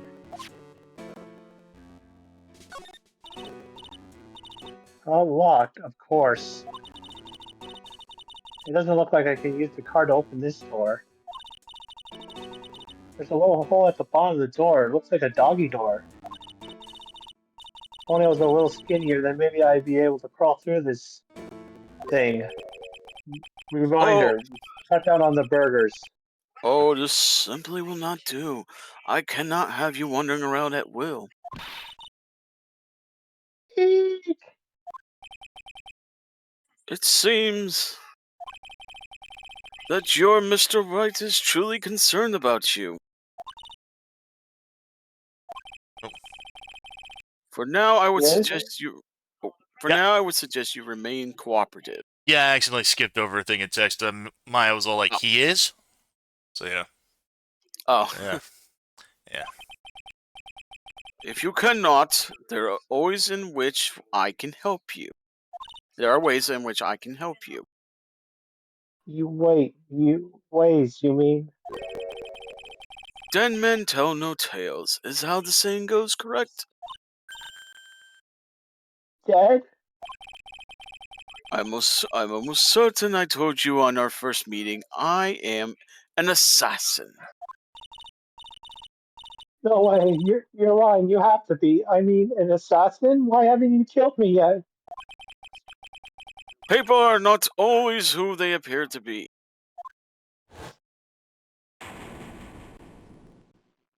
Nick! March 22nd, 7:04 p.m. Hottie Clinic reception area. Mr. Nick? Oh, yes, Pearls. Got caught up in my thoughts about my situation. Mr. Edgeworth has left, you know. I guess for now, I have no choice but to believe in Mr. Ungar. But I think I should listen to his story one more time. Alright, let's get going, too. Okay. Let's see. Maybe you should examine the hospital, or no? Since you can examine this place again as Dr. Hottie steps in once more. Alright, yeah. This patient is undergoing rehabilitation. Wasn't that patient standing in the same spot the last time you came to visit? Doesn't look like they've moved any closer to the reception desk. Is this clinic really doing anything? Is that patient really getting better? Hey, don't just cut into my monologue like that. I'm explaining things here. Sorry. Yes. Most sorry, yes.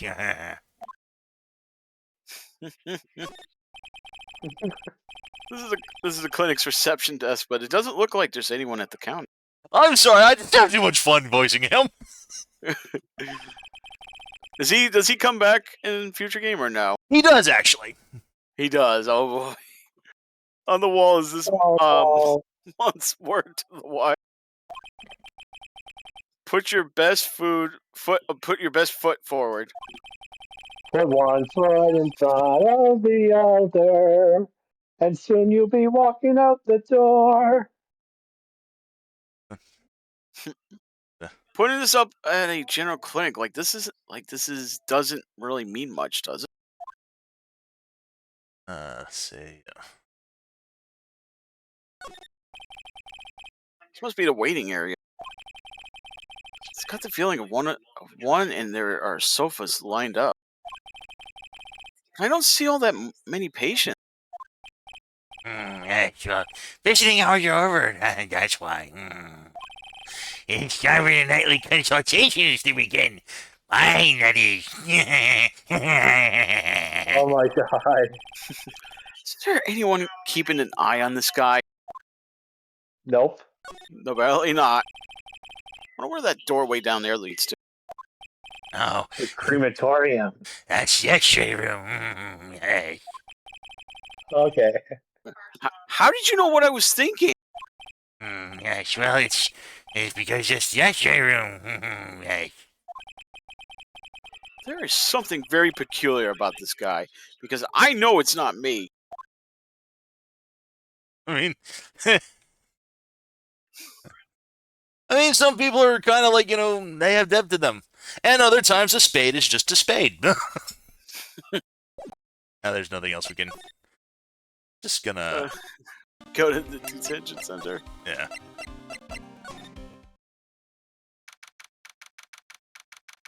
March 22nd, detention center visitors room.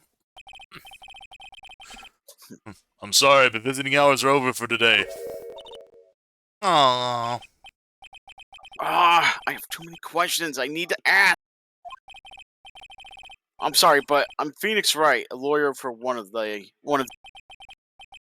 Mr. Wright, you say? Oh, yeah, there's a message here for you. message. It's from Matt on God. Ah, here you are. What did he write? Is it something really important? I don't know. Well, let's see what it has to say. Mr. Lawyer Dude, I've got something really important to tell you. Why do I feel uneasy all of a sudden?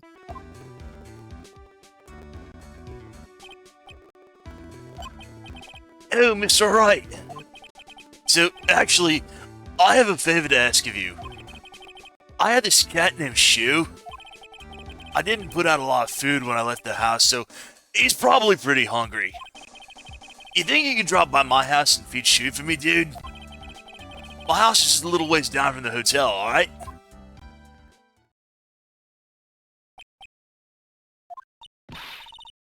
This is terrible. Let's hurry. We have to feed his cat. I'm sure poor Shu's stomach is growling by now. Oh, I thought that was me, sorry.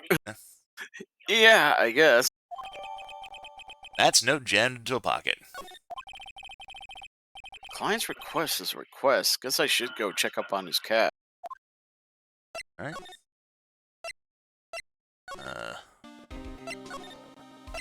Oh yeah, I'm going to his living quarters. Wait. Oh, it doesn't even... I got from the hotel lobby. Yeah, March 22nd, Gatewater Hotel. Alright now, Mr. Nick. Let's go look for clues. We have to for Mystic Maya's sake. You shall not pass! Oh my god. Miss Oldback!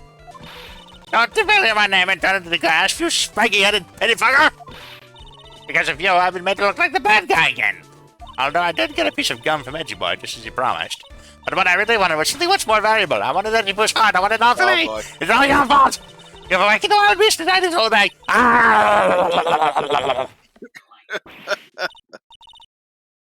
My soul bag. Get your hands off of me.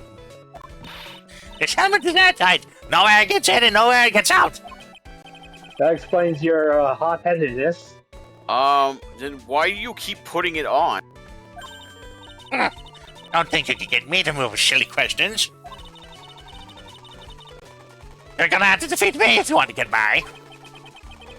I'm not. Oh, I'm not hearing this. Yeah, we're not gonna... Oh. No, we're not gonna worry about you right about now. Unguard Mansion, living room, March 22nd. Sure is dark. I'll go turn on the light. What the? wow. A bike? Wow, so this is what a star's house looks like. Must be nice to be rich. Come on, Mr. Nick. Let's find Shu the kitty cat. That definitely does not look safe. Yeah. Shoo! That dog is being held by threads. Yeah. So I guess this is Shu.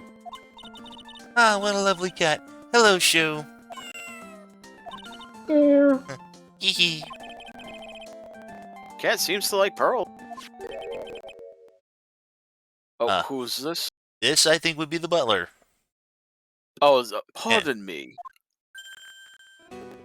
Oh, it is, yeah. Oh. May I help you with something, mister?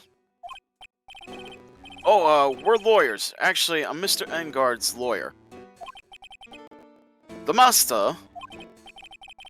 Then you must be Mr. Wright. Yes. It's a pleasure to meet you, wonderful self. I am the family butler, John Doe. Nice to meet you. Yeah. You must know all sorts of things, Mr. Engard, right? About Mr. Engard, right? Honestly, sir, I don't believe my master is capable of such a foul deed as murder.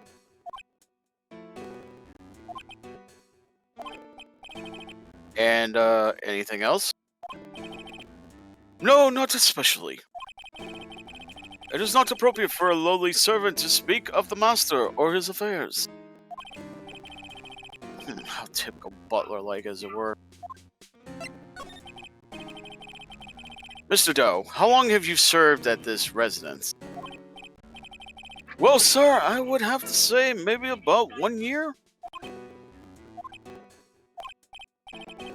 And, anything else? No, not especially. It is not appropriate for a lowly servant to speak of himself in his affairs. You know, I would have thought Mr. Engard the kind to have a maid over a butler. It's a very cute cat you got there. You got here. It is my duty to take care of him. The master rather fancies Shu. And, anything else? No, not especially. It is not appropriate for a lowly servant to speak of the family cat. Well, then I guess I don't need this piece of scrap paper anymore. That's note crumpled into a ball and tossed aside. Well, I'm afraid I must take my leave of you now. Oh, we should probably get going ourselves. Ah, so young and yet already so accomplished, the master of law. But there's also a lot Master to of be bullshit, more likely. but there's also a lot to be proud of in being a butler in charge of the house and all. Thank you for the compliment, sir. People are not always who they appear to be. Oh. Now, if you'll excuse me. Yeah. A giant bicycle's flying through the air. That bicycle Pearls is one where you don't have to pedal, it moves on its own. Really? Wow. But sorry to disappoint you, it can't fly. Oh, that's too bad.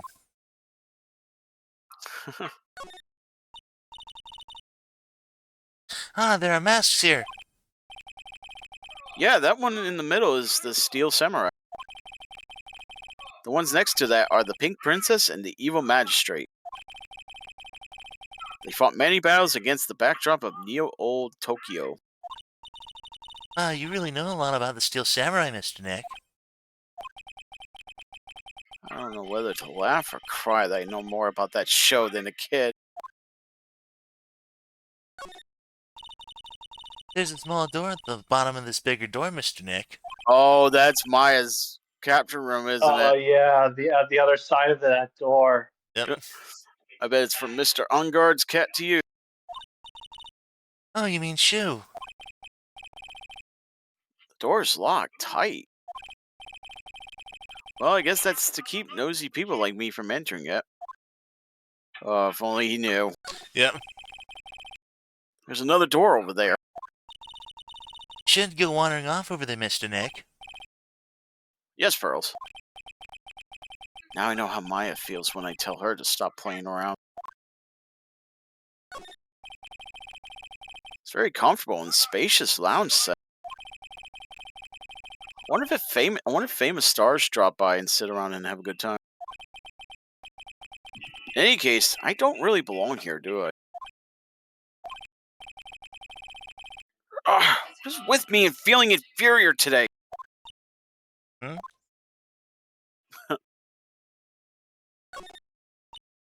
Oh, there's a giant cooking hearth here. It's actually a fireplace. How are they different, Mr. Nick? You know, I've never actually seen that hearth before, come to think of it. You should come in and visit Fay Manor then. I'll show you one when you do. That's pretty much about here. I just was kind of wondering if he mentioned anything about these freaking things that was holding up the motorcycle. Yeah. Alright, back to the hotel then. So, Uh-oh. Do you have I think you could present something to Yeah. her. that's the letter that Edgeworth gave us. Okay. Maybe if I show her this letter I got from Edgeworth. Miss Oldbag, if you would look at. What? You want me to look at this worthless piece of Oh God. edgy poo? Oh, is that her perfume? Pheromone d'amour I smell? Ugh. Let's see here. Would you please allow this unsophisticated young person to conduct his investigation? Yours truly, Miles Edgeworth. Yours truly? That man's good at flattery. Fine, but only because Edgy Poo said so, you understand? Letter of introduction given to Miss Oldbag.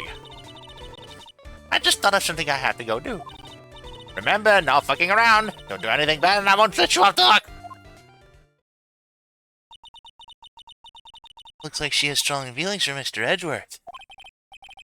That may be. Go ahead. Let's say, and an age gap of about 60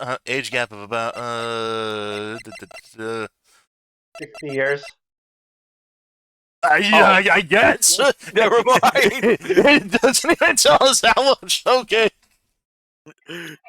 That may be, but nothing's gonna come of it. That's so mean, Mr. Nick. Feelings are meant to be told and shared. Ow! Every time we talk about love, I always end up with a handprint on my face somehow. Considering the fact that they are like, there's at least a couple of feet difference behind them, I'm kind of curious how like Pearl's even able to slap Nick in the face without like jumping up Super Mario style. Unless he's like bending his knee while he's talking to her. That's a possibility. Yeah. Yeah, not to be lording all over her. Yeah. So anyway, let's continue our investigation. Okay. And Pearl and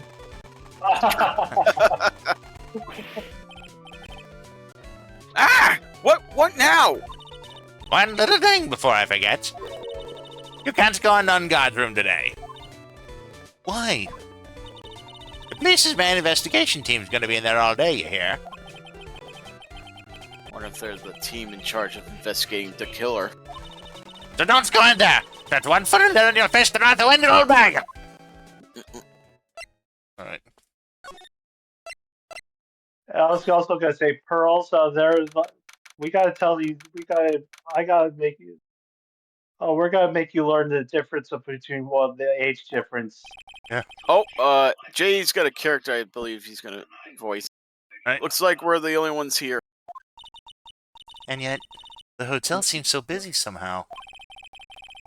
Probably because the police team's scouring for clues about the killer. Oh, it says. Oh, maybe It's this not yet. area. Yep. Okay. Hallway of the Gatewater Hotel. There we go. You there, Hey, Jay? skinny boy. Yep. Lada, you're still here. Second course. An investigative photographer aims her scars on her ability to stamp up the scoop, yeah? And this hotel just has that aura of mystery. You know, like something's always about to happen. Do you have a camera? Red Gibbon? Photographer's gotta have cameras out the ear like Torn. Torn to be a real pro, you know. So I'm hanging around here. Speaking of cameras and feet in the mouth. You bread thief. Joy, and Olbeg's doing it for us, Pendo. Yeah. Why can't you drop that thief thing already? Let's say... I don't think we can actually go to this back door, can we? Oh, yeah. Would you please take a look at this? Nope, sorry, no can do. Only thing I want to see is a steaming hand towel. What? A steaming hand towel? Leave one for my eyes. Today just ain't a good day for my eyes to be looking at stuff. How convenient. Maybe I'll have to use that one next time you show me something. Alright, yep, can't give that to her. Alright. I want to ask you about the night of the murder. What? You really gonna shell out the bucks for the info I got? Lotta, you were loitering in this hallway the night of the murder, were you not? Well, kinda, but... Brace yourself, Phoenix. Here it comes. I didn't exactly hang around here the entire time, you know. Followed a few stars around. Got a few autographs, shook a few hands, had a soda pop with a few, and a soda pop with a few of them too. Looks like she wasn't here the entire time that night. The security lady also wasn't in this hallway the whole time either. I guess this means there's no one who can tell us who came and went that night.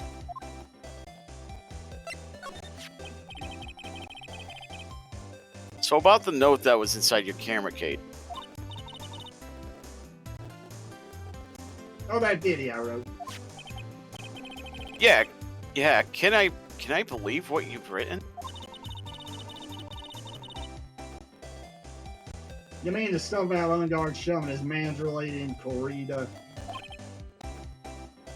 Yeah. Well, I reckon you best not be believing that.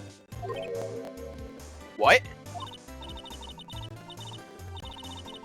Look, I sort of wrote that one on a whim, you know, not whatever came to mind. Whatever came to mind.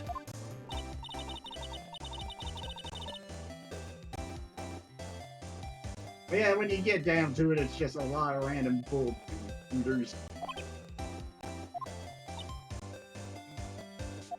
Bull crap. Got it. Hey, what's with you? Why are you staring at me like my grandpa used to? Oh. Hey, why do you look like you suddenly got older too? Or am I just shrinking here?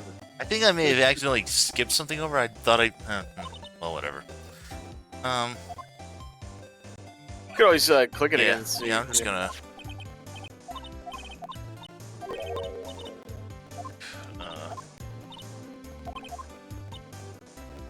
Oh, yeah.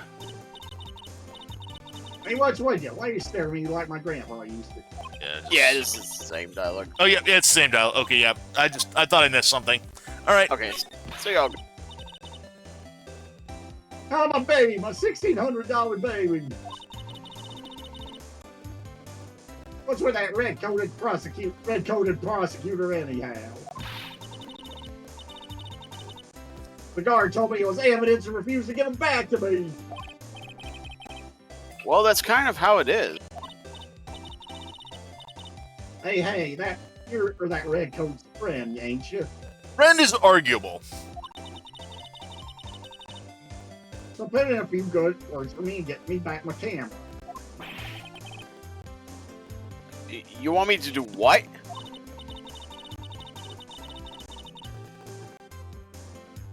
Listen, nag the guy real good for about 5 hours and I guarantee he'll give it back. Why don't you do your own dirty work?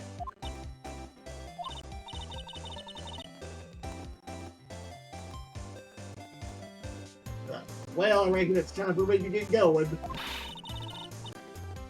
The tabloid photographer without camera is just a tabloid, huh? Yeah, I guess so.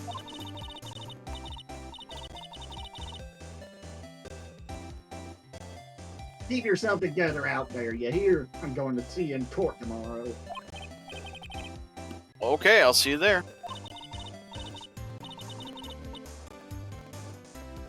And you two there, little one. Keep up the good work, okay? Okay. Don't be picky about your food now.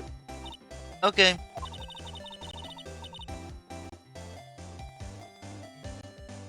And make sure you do all your homework, you hear? It's off already, Grandma.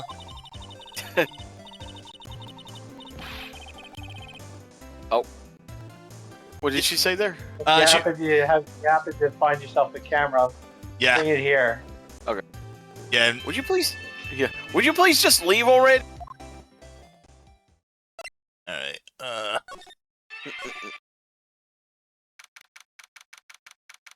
March 22nd, Gatewater Hotel, Karita's hotel room.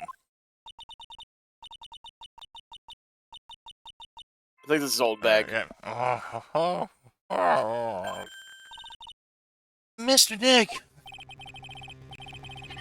What is that otherworldly, ghastly moaning? I hate evil ghosts. I don't think it's a ghost. Maybe it's a demon. Excuse me, what are you calling a demon, brat? Zoinks! It's the alien! Trying to check you. What can I do? Who are you calling an alien? Oh, it's just you, Miss Obag. What are you doing here? What's wrong with you youngins today? I came down here to pay my respects to Paul Wall and you're disturbing me. I enjoy a lot of loitering. Please talk to me about the Night of the Murray just one more time. I talked about it plenty at the trial. I was fooled, tricked, deceived. I was tricked. I was backstabbed. And What's that? And even bamboozled. yep. Bamboozled. Yep. I've been tricked. I've been backstabbed. And quite frankly, bamboozled by that fraud of a photographer and her note. She was loitering around here with that imbecilic look on her face. I hate it when I fuck up a reference. But that imbecilic look on her face. Okay, got it. And now hold on a second there, you little pipsqueak. If you're gonna take notes, at least make me sound better than that. Oh, alright. Now I've seen everything. But you know, I was working that night too, doing my job, minding my own business. So it's not like I had time to waste standing around here the whole night. I was wondering if you could tell me a bit more about Mr. Karita. Oh, he was the most popular star, you know. Especially where it counts in my book. But I heard that he was lagging behind in the polls against Mr. Ungar. Well, that's just the recent thing. Bad luck and all that, you know. But he was going to become an even bigger star than he used to be. Look, just look at this mountain of presents. The show of the mountain is feelings all his fans had for him. Yeah, the mountain is pretty big and certainly nothing to shake a stick at. Mr. Nick, What is it, Pearl? the presents. They're all bears, right? Oh. She's got a point. There isn't a single thing here that isn't a bear. And what did we see in the last cutscene? Oh. All Mr. Karita's presents from his fans seem to be bears. Ah, that's because you can't think of one without thinking about bears. Bears? Why bears? And it was if you didn't know. When my dad one was training, he fought barehanded with a bear. Also, he was very gay. Really into really large men. He refused to give in and let the bear win, but after they fought, they became friends. Wow, what a heartwarming story. I mean, it's like that meme. I can take a bear. You want to know about another story about a bear? I know that there's this pony who's like shy, and she wrestled a bear and snapped his neck. Oh wait, Look, it's just like those young people's dramas. I can see those two duggered out down by a river going, "Heh, you sure can fight. You do, Bob, you do." did all that really happen? And it's in his biography, Bob.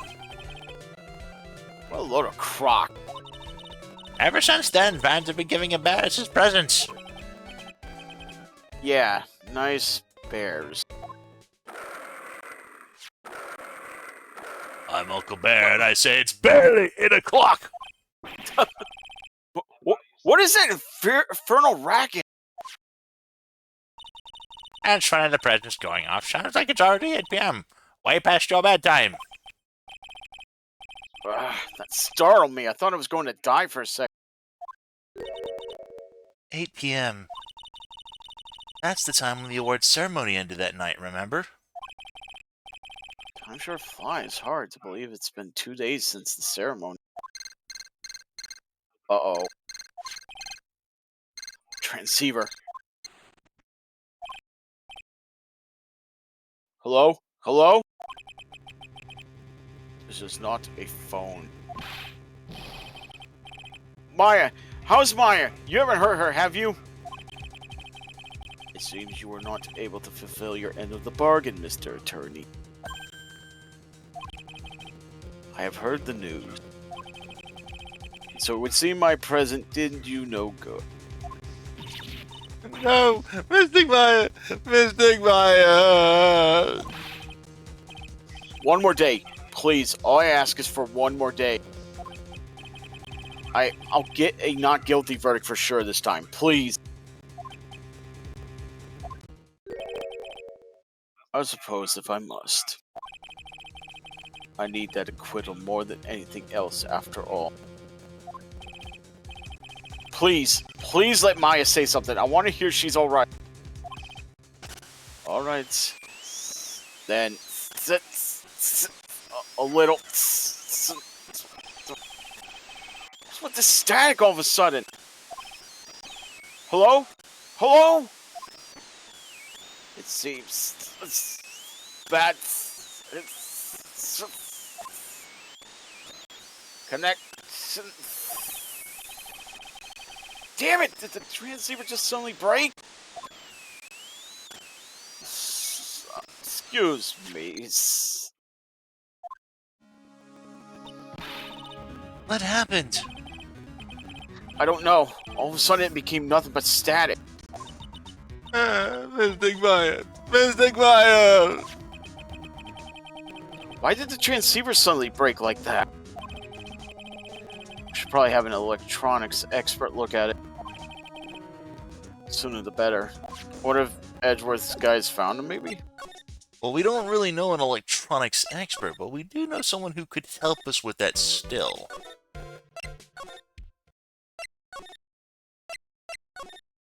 Oh, Gumshoe, huh? Right in company law offices. Hey, welcome back, pal. Thought I'd make you a little something for dinner. That's nice. Thanks. A rich man's luxurious four-course meal, out of a can, that is. Sorry you went through all the trouble to cook, but I don't have time to eat. Looks like you don't have a can opener, pal. You've got to be kidding. Here I thought he had already whipped something up. Oh, I know. This is one way I know how to be helpful. Ask me about anything you want, pal. Go ahead. Well, since he's here and offering, I wonder what I should try asking him about.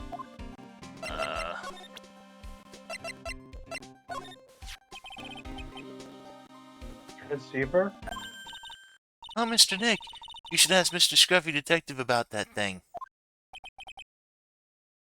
What thing? Oh yeah, This thing just up and broke all of a sudden. It broke?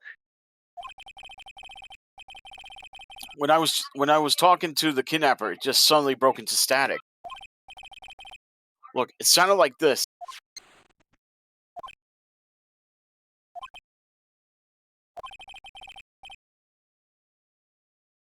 I don't hear any static, pal. Huh? Maybe it fixed itself? That's strange. I'm sure it was making a loud static noise. Maybe. Maybe what? Maybe it was electromagnetic interference, pal. Electromagnetic interference?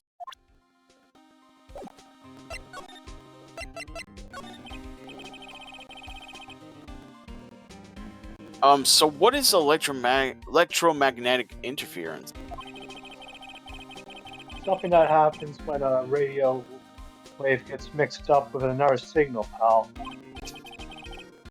Oh, when you put it that way. I don't understand what you're talking about. Like, for example, when a cell phone goes off next to a computer screen. Stuff on the screen gets kind of fuzzy and starts acting funny, right? Huh? Computer?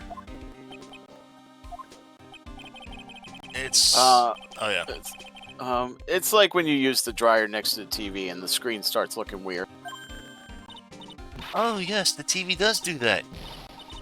Oh, so that's what you're talking about. She seems amazingly happy at being able to understand this. So the room you were in when that interference happened to the transceiver, right? There's got to be something there that's sending out very strong radio waves, pal. Something like a listening device or something. Or maybe perhaps a dog. A radio dog. No. Ah! Hey, speaking of that, where were you when it happened? We were Well, maybe that would... I was gonna say, maybe that explains my DCs that have been happening lately. we were in Mr. Kurita's room, the scene of the murder. What?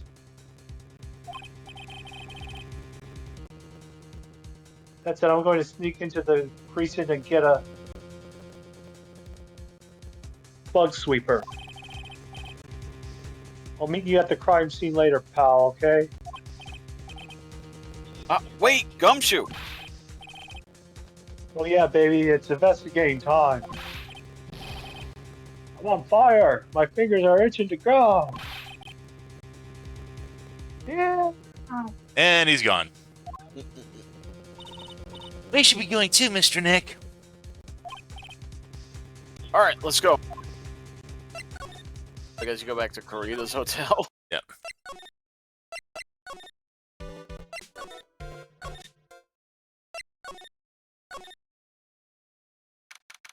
March 22, Gatewater Hotel. Kurita's hotel room. Hey, you're finally here. Oh, wow. Yeah, that didn't take you long, Gummy. Sorry to It keep took you him waiting. longer to Malgear his way through the precinct. You have the, bug sweeper? Oh, well, you see, I got busted trying to sneak in there, pal. And suddenly I'm staring at the precinct doors. Stealth is Wait. not your strong suit.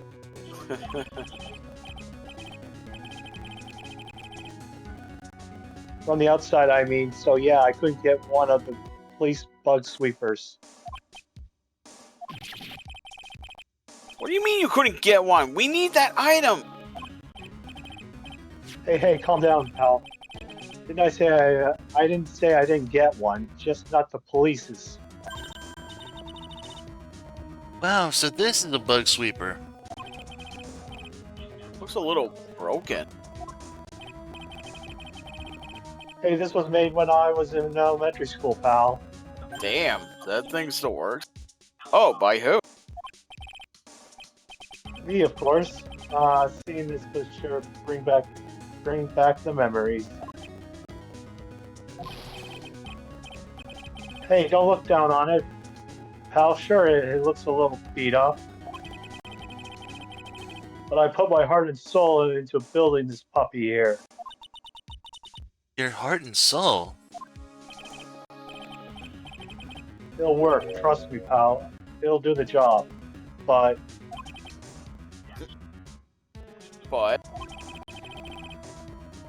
you can't set the sensitivity. So it's going to beep at anything that gives off electromagnetic waves. But isn't it better that way? Oh. Well, anyway, since I brought it all the way here, might as well give it a shot, right? Joy says, anyone else running out the door? That's a bomb clock! Yeah. I'm getting that sinking feeling again. Okay, now I'll tell you how to use this baby. There's a listening device or some other sort of bug hidden in this room, pal. So we're gonna find it, right? Oh, that's... Right, now first let's turn the sweeper on. Next, move the sweeper around to give the room a real thorough look-see.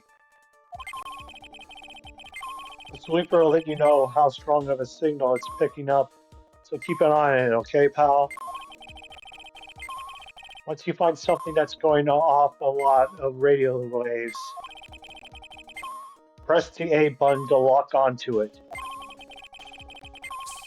There's a lot of things in here that's going to give off radio waves. So let's take a good look at anything and everything that seems suspicious. Got it? Alright, I'm going to go stand outside and keep an eye out.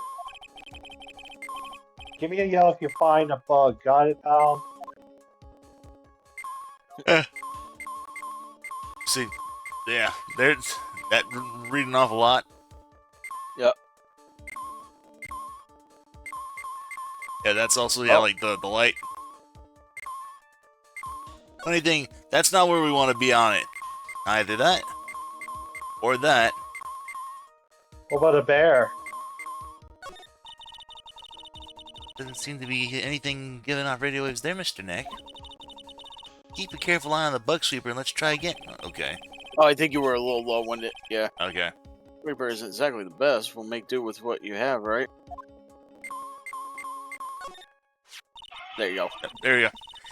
This is just a giant stuffed teddy bear, right? Biggest one I've ever seen. Hey, so did you guys find it yet? The listening device, I mean? No, not yet, but this bear's eye is...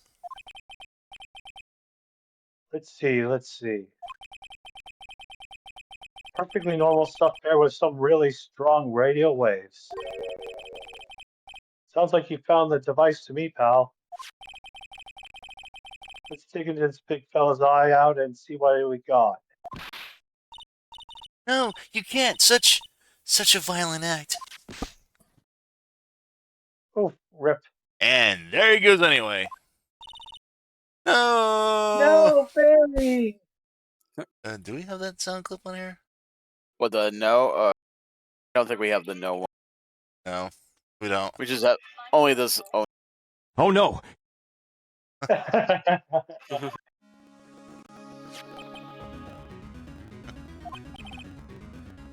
that's...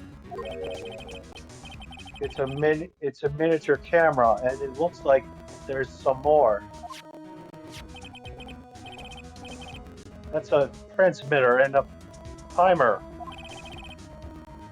A watt emitter? Transmitter, pal. Oh, is this more of that high-tech stuff?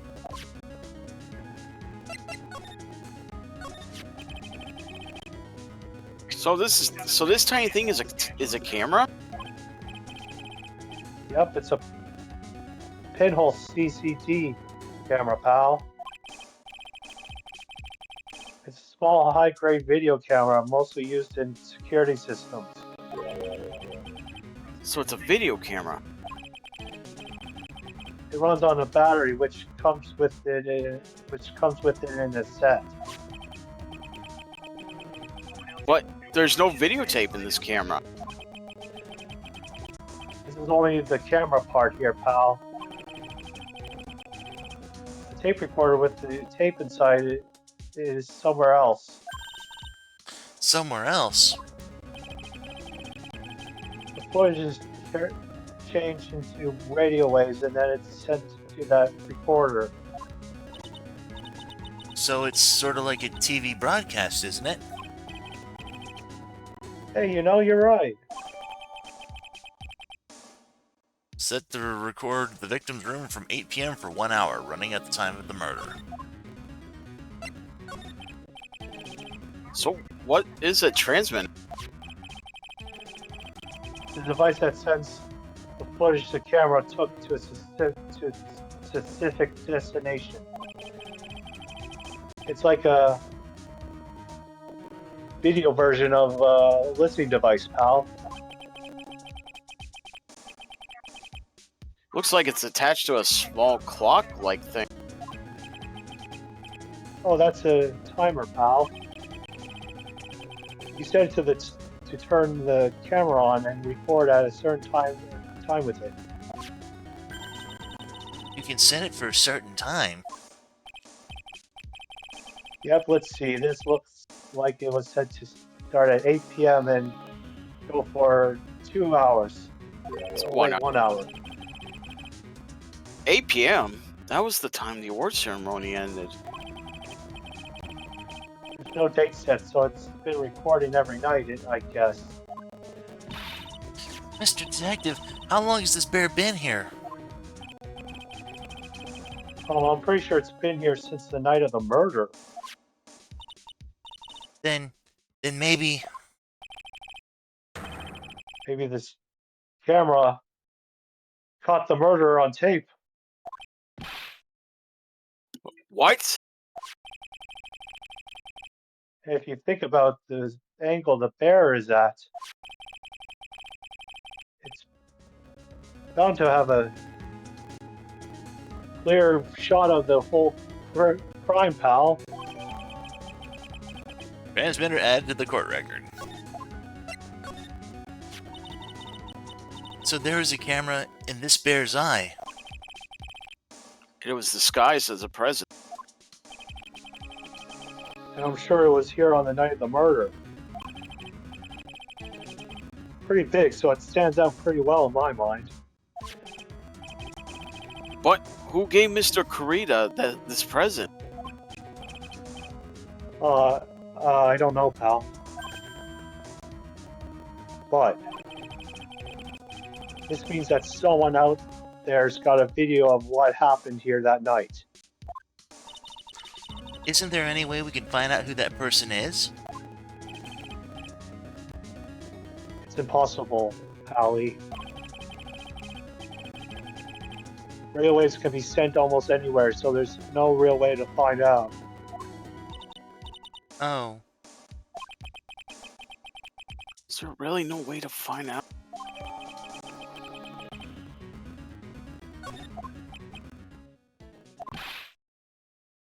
I got it.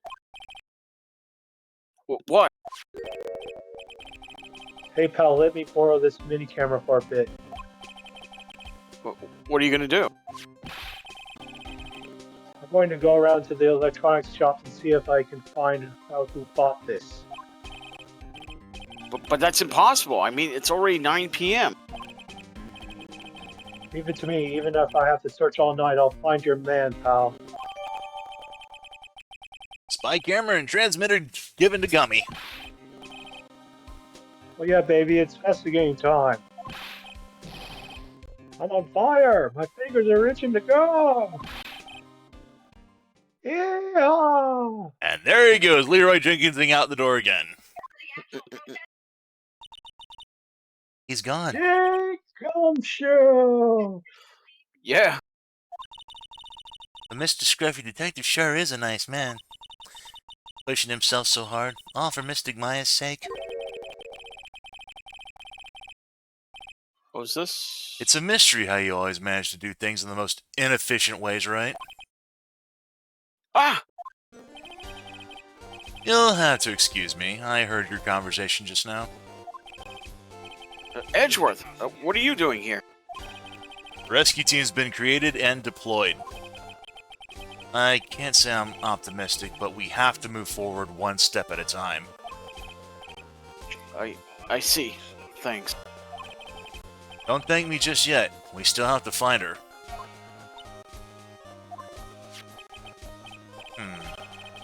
So there was a spy camera hidden inside the stuffed animal, huh?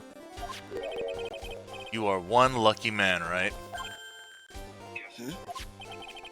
You know this stuffed bear, little girl? I have no idea. Of course not.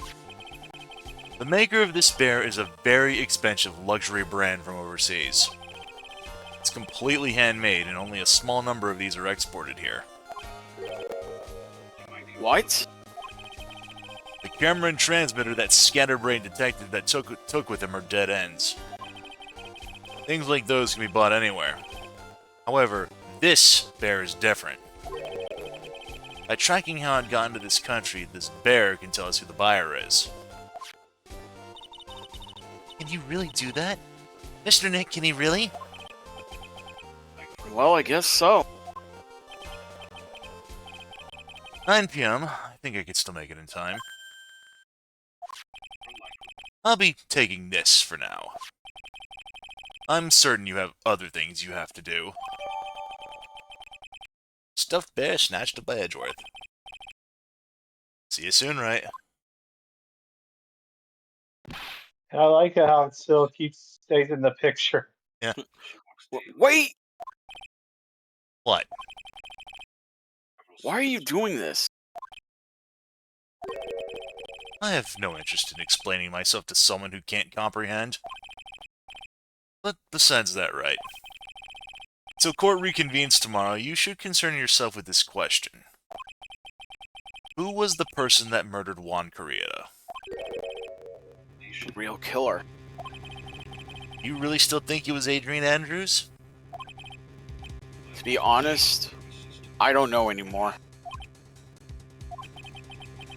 You still have a little time left. Find the truth, right? Everything begins with the truth. Juan Corrieta's real killer. Miss Andrews' past. The kidnapper whose sole condition is an acquittal for Mr. Ungar.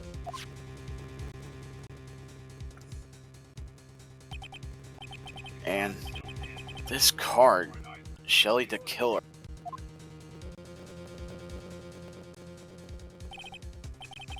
Maya, the only way I can save you now is to find all the answers to this case tonight. I don't understand what your real intentions are, Edgeworth. But as you said, all I can do for now is find the truth. To be continued. Immediately! I still got an hour 20, so... Yeah, we got time. Yeah, we got the time. I guess there's more investigations. March 22nd, 9:14 p.m. Gatewater Hotel, Corrieta's hotel room. Picking up exactly where we left off. Past 9 p.m. already, isn't it? I wonder if Mr. Edgeworth has already found Mystic Maya. Things take time. I'd say probably not. The police are professionals, Pearls. They'll find her. So don't worry. So don't you worry. And if we can win a not guilty verdict tomorrow, then everything will be okay. You're right.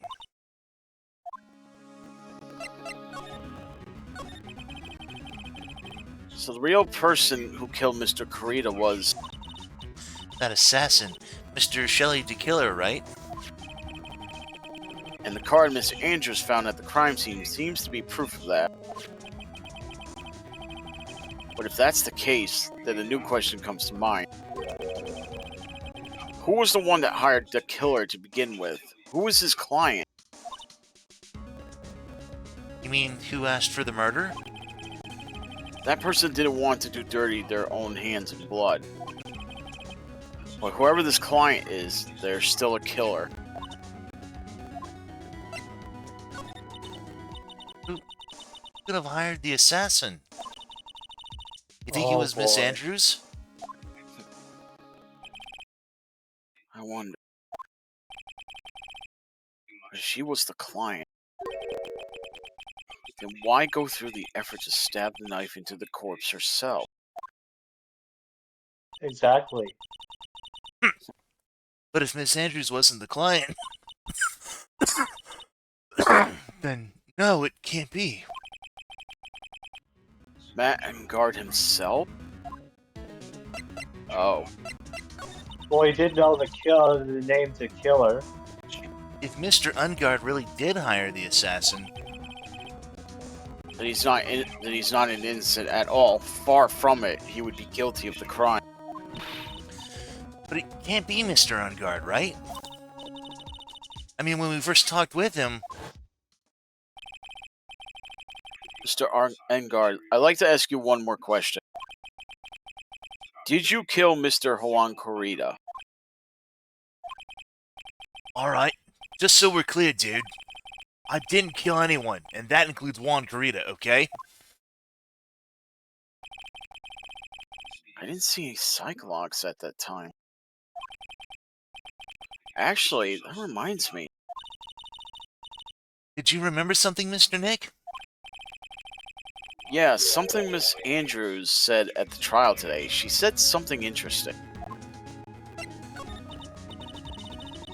So what is this interesting thing? Oh, that's right. You didn't hear it, did you, Pearl?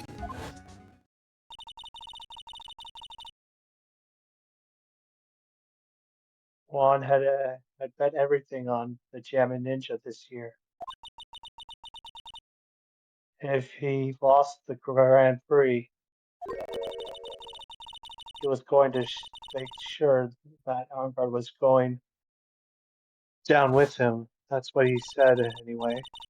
It looked like somehow Juan had it in his hands a secret so powerful that it would destroy Matt's acting career had it been revealed. Mr. Ungard's secret? What is this secret? I don't know yet. But for now, let's think about it this way. Mr. Corrida was going to reveal this secret. That means Mr. Engard had plenty of motive to have Mr. Corrida silent. Which means we have to meet with Mr. Engard. There's no way around it now. I wonder if the Psylocke will appear this time. Oh, what do we got going on here? Ah, it's getting really late, isn't it, Mr. Nick? Yeah, it's past 9 p.m. already. But we still have some things to prepare for tomorrow's trial. It's just a matter of the secret Mr. Corrida held about Mr. Engard. Miss Andrews' real intentions. These are two things I must know tonight. But aren't visiting hours over at the detention center? I'm sure we'll think of something, Pearls. Don't you worry.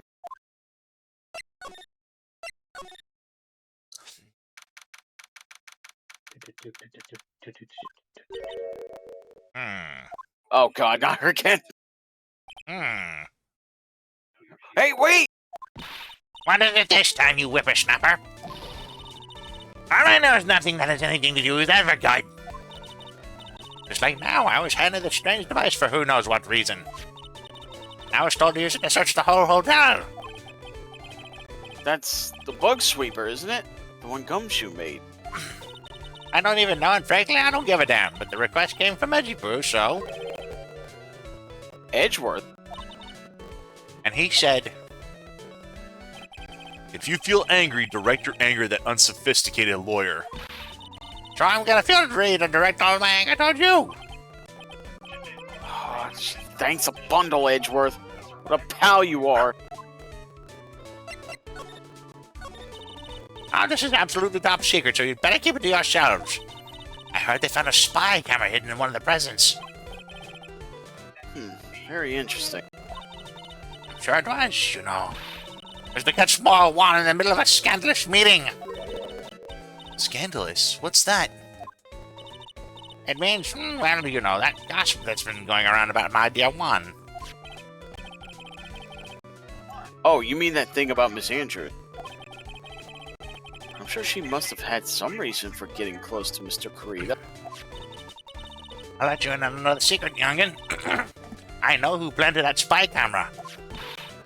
It was that obnoxious puffy-head photographer girl, the nervous on people. Spying on people herself, as if I wouldn't want to shit for myself, too. Wow, the alien actually admitted her true intentions for a change. I don't know what you're thinking exactly, but I get that it's nothing good. But I didn't say anything. So you want to know? Women's intuition. So you want to know about Juan and that manager, right? Actually, as I heard, there was something of a refreshing pair, those two. Oh? I tell you, Juan really welcomed that manager with open arms, so I heard. That manager? Who are you talking about? You don't know the manager woman Juan had. It's a shame she killed herself, though. Oh, you're talking about Miss Celeste Impacts, Miss Andrews' mentor, right? Yes, that's the one. That Celeste girl. She was supposed to get married, you know. Married? You mean to Mr. Kurita? Really, you young kids today don't know anything, do you? That girl Celeste killed herself 3 days after their marriage announcement. 3 days after their marriage announcement? What in the... Why would Miss Impacts want to kill herself? She was gonna get married. Well, that's because she was thrown away, you see, by Juan. What? But they were gonna get married, right? They promised each other, right? They held a grand announcement session, but 3 days later, Juan suddenly canceled their marriage. Is that true? It was in the weekly magazines. But why? Why did he do that? That was not in the magazines, unfortunately. I see. That night after Juan called off the wedding, that manager, Celeste, killed herself. How terrible. I wonder what happened between those two.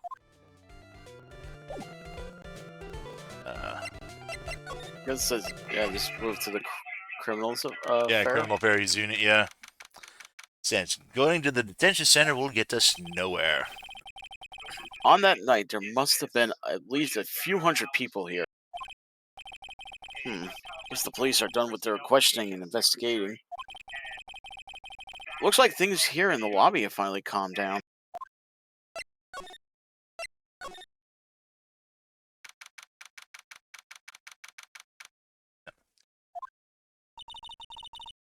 Feels sort of tense in here, doesn't it, Mr. Nick? Yeah, it does. What if something happened?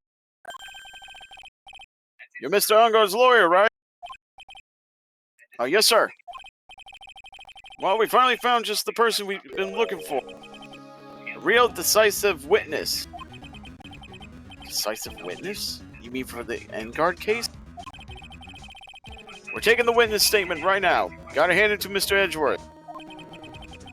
What's Edgeworth up to now? Who is this witness? I think you know this person quite well, Mr. Lawyer. Mr. Nick?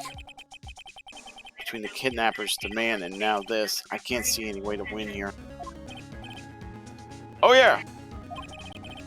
Mr. Edgeworth wanted me to tell you something. He did? Even though visiting hours are long over at the detention center, he wanted me to grant you a special permission, so there you go. What? I've already called them, so they know. Go on, go talk to your heart's content. Thank you very much. This is such good news, Mr. Nick. Talk to your heart's content. Sounds like the police are pretty sure they have tomorrow's trial in the bag. Go look at the person on the. Oh, I'll Yes. have to. I'm sure they must have transferred Miss Andrews here by now.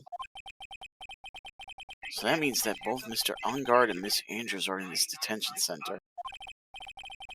Now then, whose story do I want to hear? I don't think we can move on. We'll talk to Adrian for right now. Actually, hang on. It says here Matt Angard's first Yeah. talk to. Wait, no. Did I see that? No. Dude, it's Mr. Wright. Hope you can get me off the hook tomorrow. I'm counting on you. I hope so too. Edwards just dropped a bombshell on me by saying that Juan Corrida was killed by an assassin. That the assassin's client is this man, Matt Angard. What's wrong? Mr. Angard, there's something I must know with 100% certainty. You seem kind of different. You're totally not like your usual lawyer dude self. About the press conference. You mean the one where Juan was going to dress as the Nickel Samurai? Yeah, I heard a little more about it from Miss Andrews. It looked like somehow Juan had in his hands a secret so powerful that would destroy Matt's acting career had it been revealed.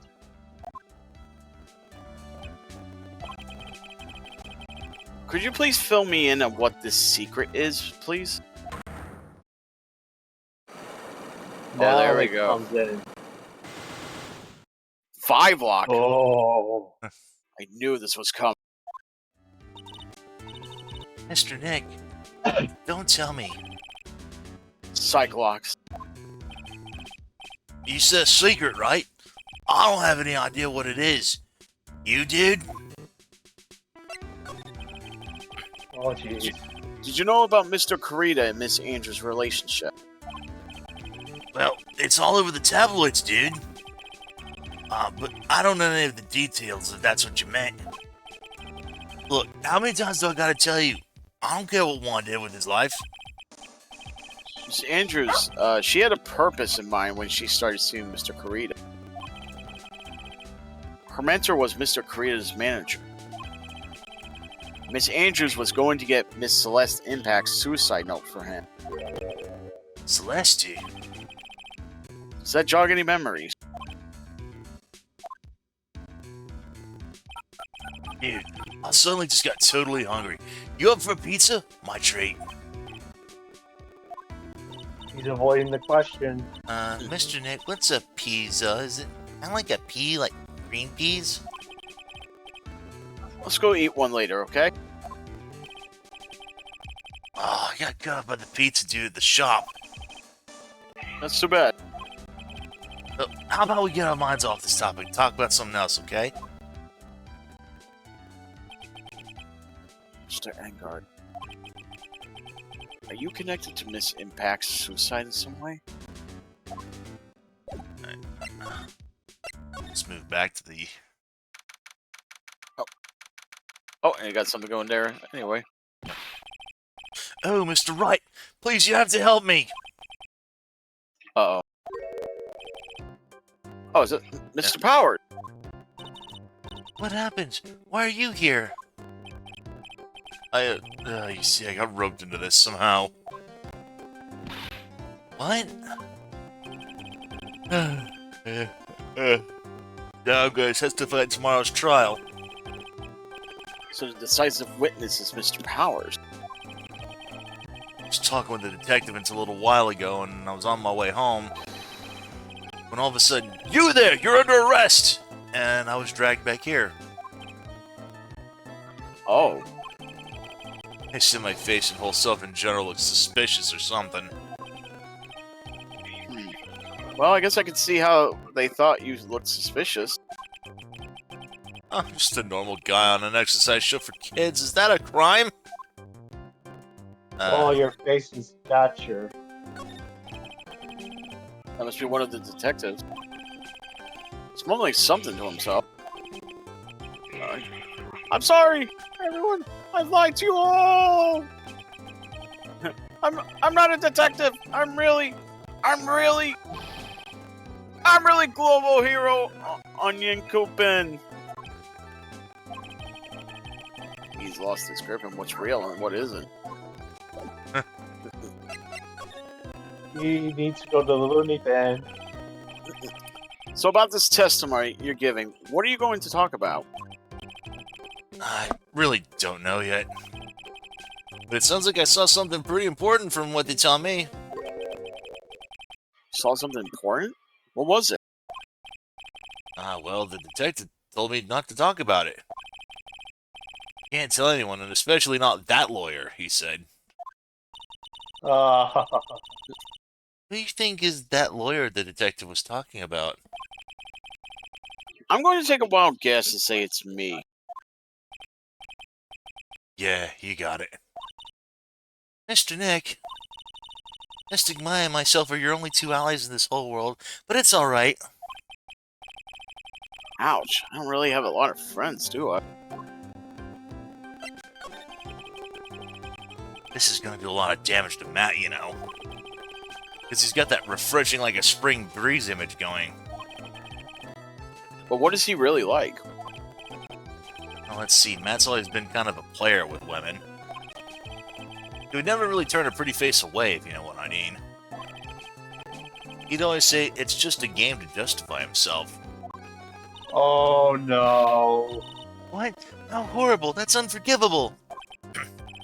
Ow, sorry. Didn't mean to offend you. She slapped him. But you know, he once said that there's only one person in the world who won't swoon over me. One person who wouldn't swoon over him? His manager, you know. This Adrian Andrews. Why is Mr. Powers suddenly looking kind of energetic? I see, I'm actually a sucker for gossip. I mean, celebrities in their world have this dazzling sort of image, right? Dazzling sort of image, but aren't you a part of that dazzle, Mr. Powers? No, I'm more of a hairy, sweaty, smelly, brutish kind of guy, you see? But it's okay, really. I get to hear plenty of gossip with a lot of the other stars around me as things happen. Well, that's true. Oh, hey, so did you hear about this yet? Of Miss Andrews' mentor and her suicide? You mean Miss Impacts? We heard something about how her wedding was cancelled. Yeah, that's what I'm talking about. I thought about it a little the other day, about that mysterious death. Hey, Mr. Wright, why don't you ask me about that? Go on, go ahead. Mr. Powers is so charged up, his skin is practically glowing with electricity. I suddenly have a theory up my sleeve, but I'll wait until after this guy's done. Yep. Hey, so have you heard this? So that's the suicide note. And they say that Juan went and hid it. We heard about that in court today. There wasn't any actual proof that she had left a note. Well, this is what I think. I think that something bad was written on that note. Something bad for Juan, that is. Something bad for Mr. Kurita? Why do you figure so? Well, before she died, Celeste talked with a few of her friends. And she said, "It looks like I got caught up with the truly insidious man."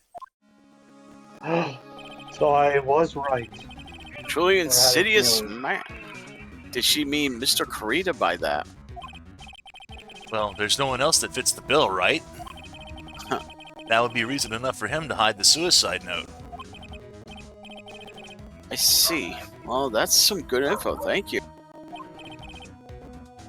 You're welcome. Mr. Engard and Miss Andrews, they're both at the detention center right now. There's still things I don't understand or know about, I'm sure. I have to get two of them to tell me everything. So I guess go back to the...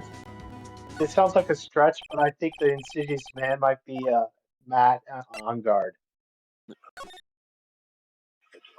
We're gonna talk to Adrian Andrews. Oh, it's you. I'm sorry to be visiting at such a late hour. But there are a few questions I absolutely have to ask you tonight. Me? I thought your client was Matt. I'm sure Miss Andrews knows something. She can't be clueless about this secret Mr. Kurita had on Mr. Ongar.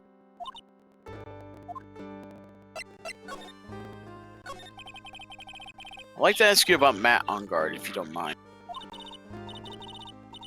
Mr. Wright, you still don't know, do you? The real him, I mean.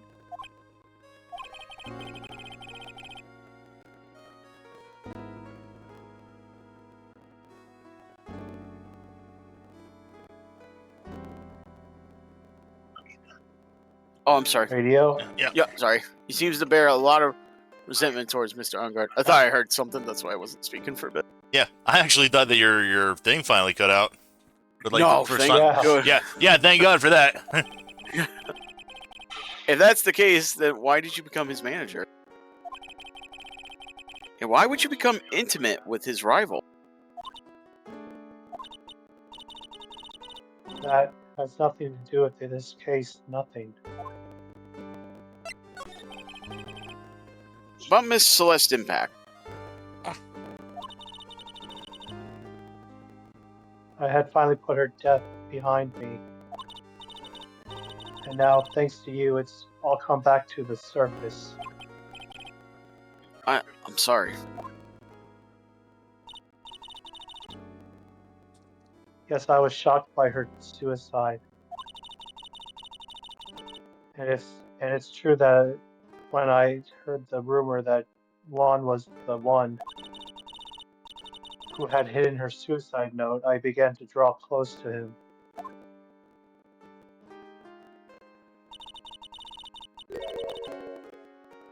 I wanted to get her suicide note back and to burn it. You wanted to burn it? But why? I didn't want to spread. Is that spread? Yeah. Yeah. I didn't want it to spread like just another piece of gossip. But I never held any murderous intent towards Juan. I would never do something so stupid. Suicide note, huh? I wonder what it said. Why did you try to frame Mr. Ungard? That's simple, because he's the killer, that's why. Isn't it the duty of every good citizen to inform the police? But there had to be another way. The police are excellent at doing their job, so they figured it out, right? Yes, they're so good that they couldn't figure out the real truth behind Celeste's death. Andrews. Well, I know you're not the type of person to do something without a reason. So please, tell me why you did what you did. Revenge. Huh? Did you say something just now? Oh. Oh, Psycholock, huh? Don't you understand yet? You're not my lawyer. To be honest, you're not more like my enemy. But I'm sure I just heard Miss Andrews say. Revenge.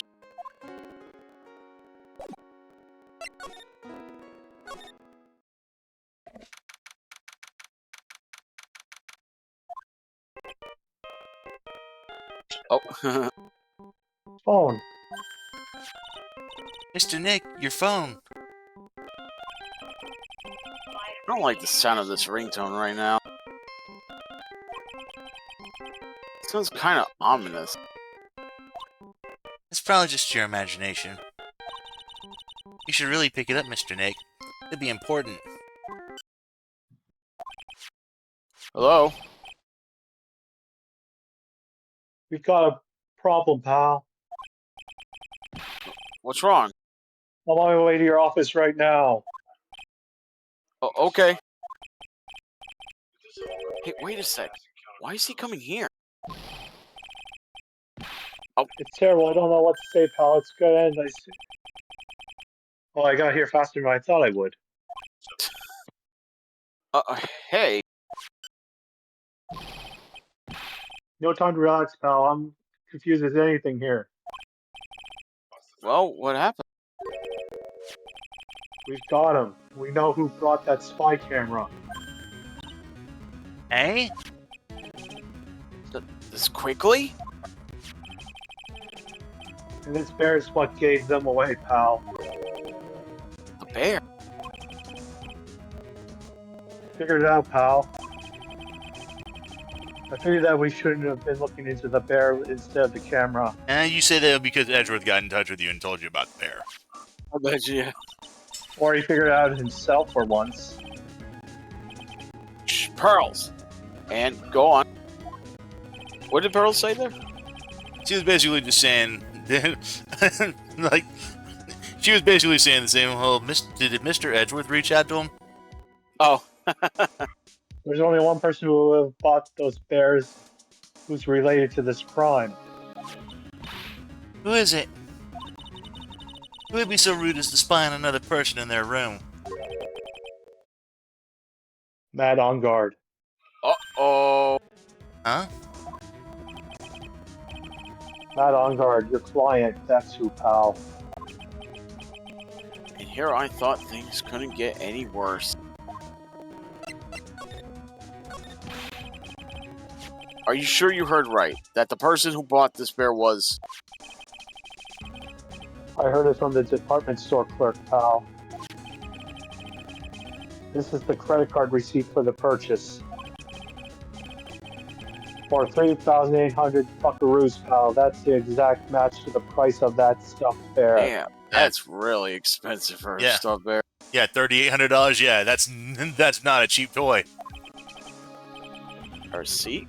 That's all you have? Nah, it's not just the receipt, pal. The store clerk said so himself. Yeah, Tim says there might as well be a real bear at that price. Yeah. He told me, I'm sure I sold the bear to Mr. Ongard. I mean, the clerk even got Mr. Ongard's autograph out of it, pal. So I'm sure the person that bought the stuffed bear was Ongard himself. My sight's failing me. This can't... Credit card receipt added to the court record. Bought for $3,800. Proof Ungard bought a stuffed bear identical to the one in evidence. I'll be right back. Someone can take my spot for a bit. Alright. So, what about the spy camera we found? Oh, that was a dead end, pal. I mean, you can get this kind of thing from anywhere. But for now, I guess I can give these back to you for you to file away these evidence. Spy camera, transmitter, and stuffed bear refiled into the court record. I know you don't want to give up, pal. I never thought. Didn't think it was possible. The person who put the spy camera in Juan Corrida's room was Matt Ungard. Yeah, and EJ said, man, he could have bought a nice computer for that type of money. Why? Why would Mr. Ungard do something like this? I bet it was to catch Miss Andrews and Mr. Corrida in one of their rendezvous. I bet is not good enough for me. I have to know the absolute truth behind this camera. Are you going to see him, Mr. On Guard, I mean? Yes. I'm scared, Mr. Nick. I wonder what we'll find out next. Scared myself, but I have to put on a good face for Pearls. Alright, I'm back. Vanguard, what in the world have you done? I wonder when Phoenix said, "Did you kill Mr. Concordia?" I wonder if the sidewalk had to be specific to saying like, "Did you kill Mr. Concordia yourself?" Yeah. Trying to move Meaning the that attention. did he do the deed himself physically? You're working really late, you know. It's already past 10 p.m., dude. I think it's time you told me the truth. Relax. Don't you know ignorance is bliss? If you really want to know, let's talk.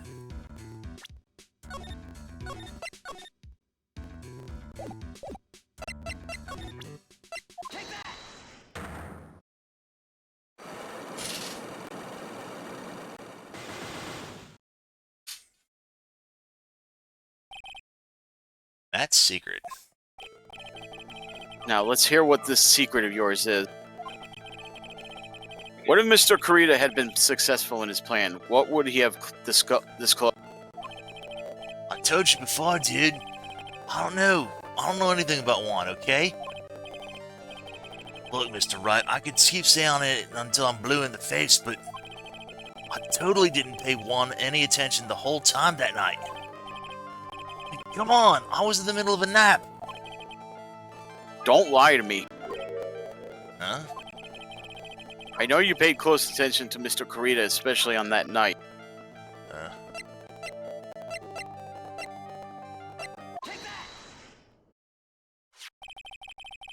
Someone used this camera to secretly film Mr. Corrida room the night of the murder. Secretly film? What? And then sent this image the camera took with this transmitter. Wow, but dude, where was this camera you were talking about hidden? And the stuff bear. The spy camera was hidden in this bear's eye. Bear that was supposed to be a present from a fan. Guess Juan had a few of those kinds of fans too, huh, dude? Actually, I wouldn't say this bear was a present from a fan. You sure, dude? Who else could it be from? The person who gave this bear to Mr. Corrida was... So that's profile. Would be from him. Yeah. Mr. Angard, don't you know this bear from somewhere? I don't think I've ever met Mr. Bear before, dude. Oh, but he says he knows you. How could you forget such a great friend? What else did the bear tell you? He says that the one who put the camera in his eye was you, Mr. Angard. If I didn't know how you worked in court, I think I was in some serious trouble. Come on, this is all a joke, right, dude? You're just pulling my leg. Looks like you're not ready to give up your secret yet. You have any proof you want to show me first? Here's the proof that it was you who put the camera inside the bear, the card receipt.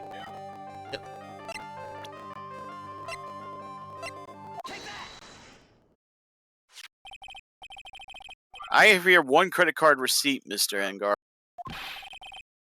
It's from when you bought that stuffed bear. Dude, you can tell. All you can tell from this is I spent $3,800. I go to that department store all the time, okay? It's $3,800. This could be that toothbrush I bought that one time. A $3,800 toothbrush? It's ivory. It's got elephant hair for bristles. Ew, elephant hair. Is that what rich people use nowadays? Anyway, the store clerk clearly remembers you and your purchase. After all, you even gave him an autograph, did you not? Dude, you should have said that earlier. So can I ask you one thing? Yes. You're my lawyer, right, dude? So, if you are, why are you looking into stuff like that? Because if I don't know the truth, I can't help you. That's more like stupid lawyer talk to me. Hey, let's stop talking about this, okay? No, not yet. I haven't even asked why you set up the camera yet. Set the camera up yet. And what your secret is, of course. It would be strictly confidential. So, what you gonna do now? I'm gonna find out what I want to know because I must. The reason you hid this camera in Mr. Kurita's room and filmed it in secret is... Its impacts. Adrian Andrew. Or Andrews. Adrian Andrews? There's a rumor going around that Miss Andrews and Mr. Kurita were having a secret meeting. You, who was keeping tabs on Mr. Kurita, you were going to reveal this fact and turn it into a scandal, isn't that right? Dude, you could be such a moron. Huh? Oh man, Mr. Lawyer, dude. That kind of scandal? That's the good stuff. That's what we in the industry call juicy. The good stuff? Juicy? Look, we can get publicity without spending a penny with that kind of stuff. I mean, if people stop paying attention to us, then it'd be the end, dude. Too bad that wasn't your intention. What you talking about? I wish your reason for spying was something so innocent, but it wasn't. You didn't spy on Mr. Kurita because of Miss Andrews. Then there's only one reason I can think of for you to do such a thing. The real reason you set up that camera in Mr. Kurita's room was...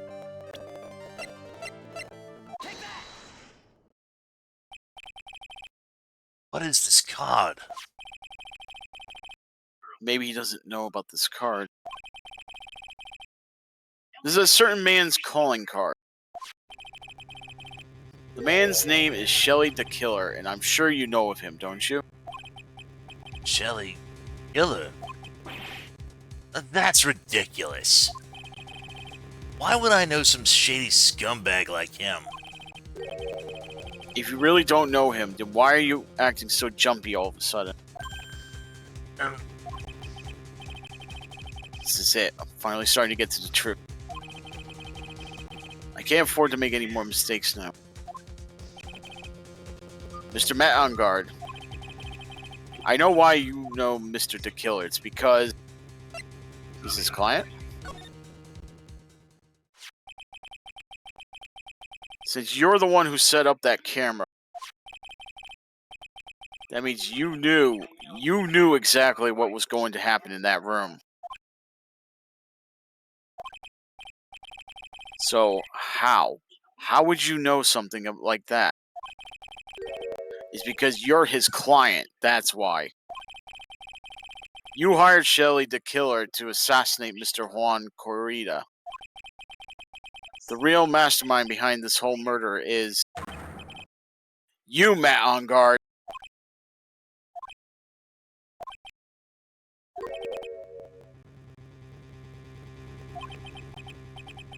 Here I was, trying to be a good boy for you, dude. thought if you didn't know, you'd be able to do your job without feeling bad. That's what I thought anyway. Mr. Ongard, you really did hire? Hold on a sec. I'm gonna consult myself, okay? Consult myself? Well, I guess it's probably about time anyway. Oh, time for what? I think it's time for you to meet him now, Mr. Lawyer Dude. Uh-oh. How do you do, Mr. Lawyer? I'm Matt Ungard. Also, I'm a magician. I have a brand of Yoo-hoo.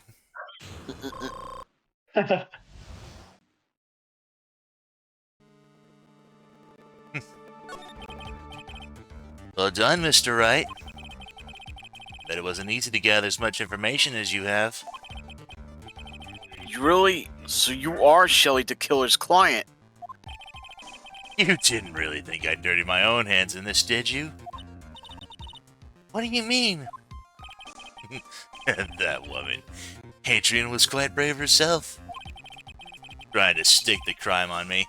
I didn't think she had it in her. But all I care about is that Juan is dead. Isn't that right, Mr. Lawyer?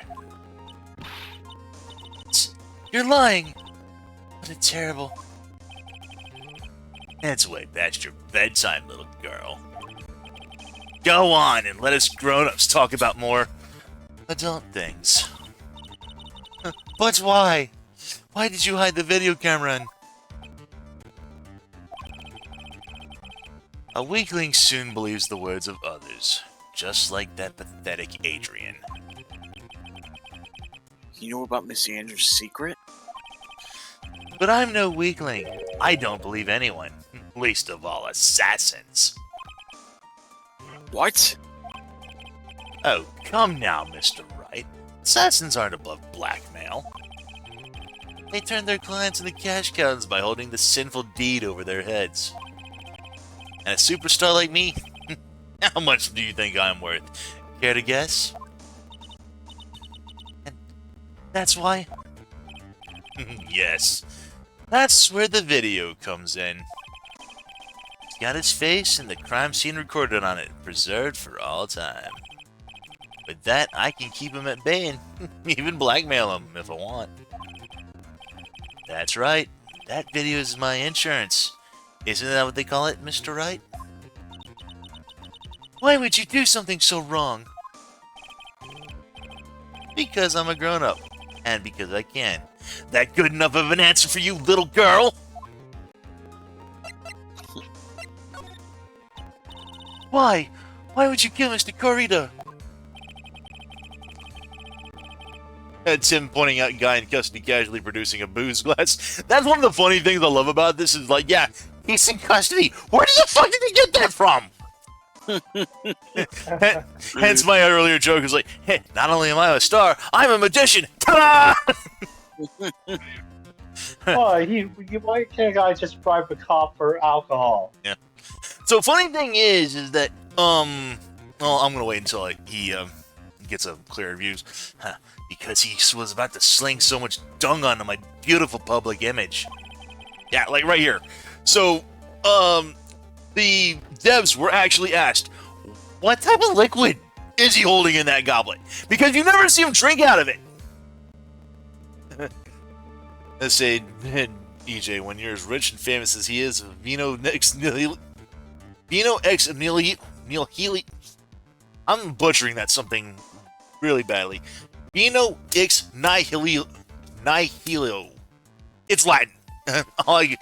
Yeah. It's a Latin phrase. I'm butchering that pronunciation, so I'm fierce. I apologize. But anyway, as I was getting back to myself, Nihilo. Yes, there it is. Vino X Nihilo. I apologize. Thank you, both of you. But anyway, I was looking in on this. Someone was actually asking the devs what that liquid in that goblet is. And They were like, your guess is as good as ours. Because you never see them Is drink that it. toilet wine? I'm sorry? Is that toilet wine? Probably. But anyway, yeah, they were like, yeah, we just put this liquid in just so we can like have something to swirl around. Like, yeah, it's probably brandy. But, you know, he's never drinking it, so. Yeah. And Tim says they were making this part while full of the stuff that was in this goblet. Yeah, no. The goblet of whiskey. But yeah, they basically just did that as kind of like a way to skirt around like age restrictions. Something about I think it was something to keep it like E for everyone or under like a certain age limit in the Peggy market in Europe. Oh. Which is kind of funny because we actually go ahead. Forget the goblet of fire. That's the real goblet of fire right there. Yeah. I was just saying that I find it funny because we're seeing this when, like, back in the first game, we actually saw, like, fucking Neil Marshall, like, swig from a hip flask. So, anyway. Scandals are a little annoying, aren't they? This is all because of that press conference, isn't it? If Mr. Kurita had been able to give it, then Mr. Ungard's secret would have... Ah, well, that's what we call taking advantage of the situation, you know? I had no interest in doing it, really, but bit by bit it crept up on me. And the situation just presented itself perfectly. How beautiful, I thought. And that's how Mr. Kurita ended up dead. Let me tell you something. I'm not like Adrian. I don't depend on anybody. People are simply things to be used and thrown away. Put on a sweet, innocent face, and people will swallow anything you feed them.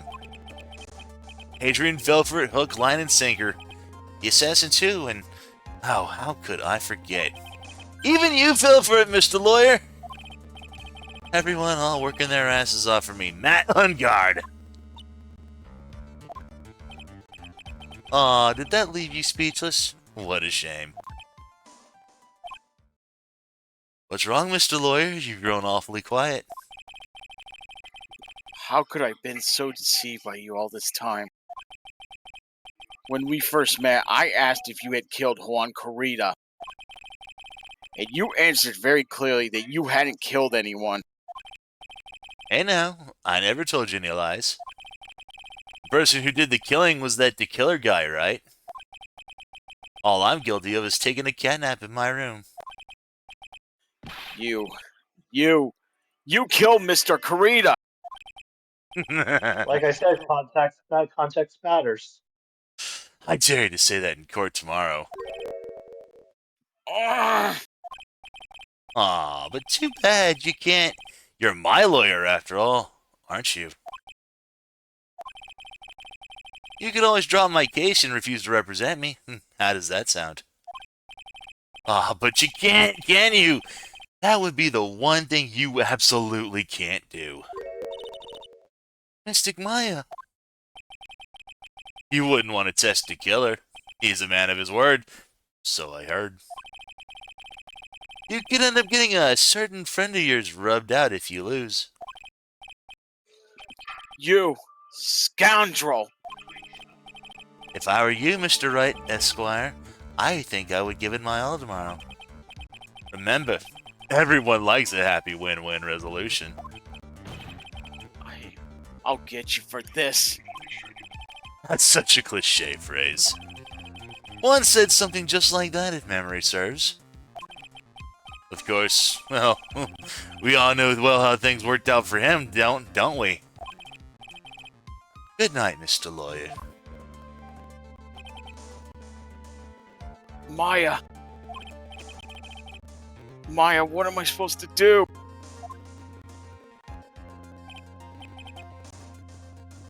No. Wait, is this... And now you finally found it. Oh, is this... Oh, I guess Edgeworth. Yep. The starting line of this case. Edgeworth. I don't care for the horrid atmosphere here. Let's return to the precinct. March 22nd Police Station, Criminal Affairs Department. All right, what are you gonna do now? You plan on changing your strategy? No. Can't do that. That's right. He's holding Maya hostage. What should I do? That's not something I can answer for you. Mr. Edgeworth. Right. Only you can decide where to go from here. 1 year ago. At that time, I didn't truly understand what a prosecutor was. And that's why I had to leave the prosecutor's office. I felt I couldn't stand in a court of law until I knew what a prosecutor really was. And now, right, it's your turn. My turn? What is this thing called a lawyer?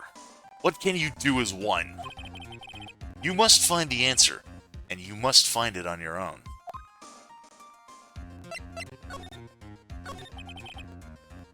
I'm a lawyer. But to fight for someone who is clearly a killer. Matt Engarde. That man is really... Ugh! It doesn't matter who. Every person deserves a proper defense and a fair trial. Isn't that the basis of our judicial system? Proper defense? But what exactly is that? Is it where a lawyer forcibly and blindly gets an acquittal through shouting and trickery? Ironic that you, of all people, should say such a thing. Isn't that exactly how you fought for your clients up until now? Well, that may be true, but that's because I believe my clients to be innocent from the bottom of my heart. But if I were to get Engarde an acquittal, that isn't a proper defense at all. I became a lawyer because I thought I could save people who were suffering and in pain. But when I look at this mess we're in, I can't even protect the person closest to me. Even if I win the case, I still lose in the end. I just don't know what to do. Right. Would you get a hold of yourself? You have it all wrong. Huh? We aren't some sort of heroes. We're only human, you and I. You want to save someone? That's something easier said than done, wouldn't you say?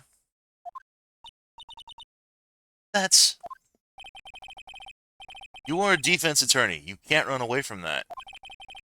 You can only fight. It's all you can do. People like you and Franziska von Karma are always using all you have to pin me down.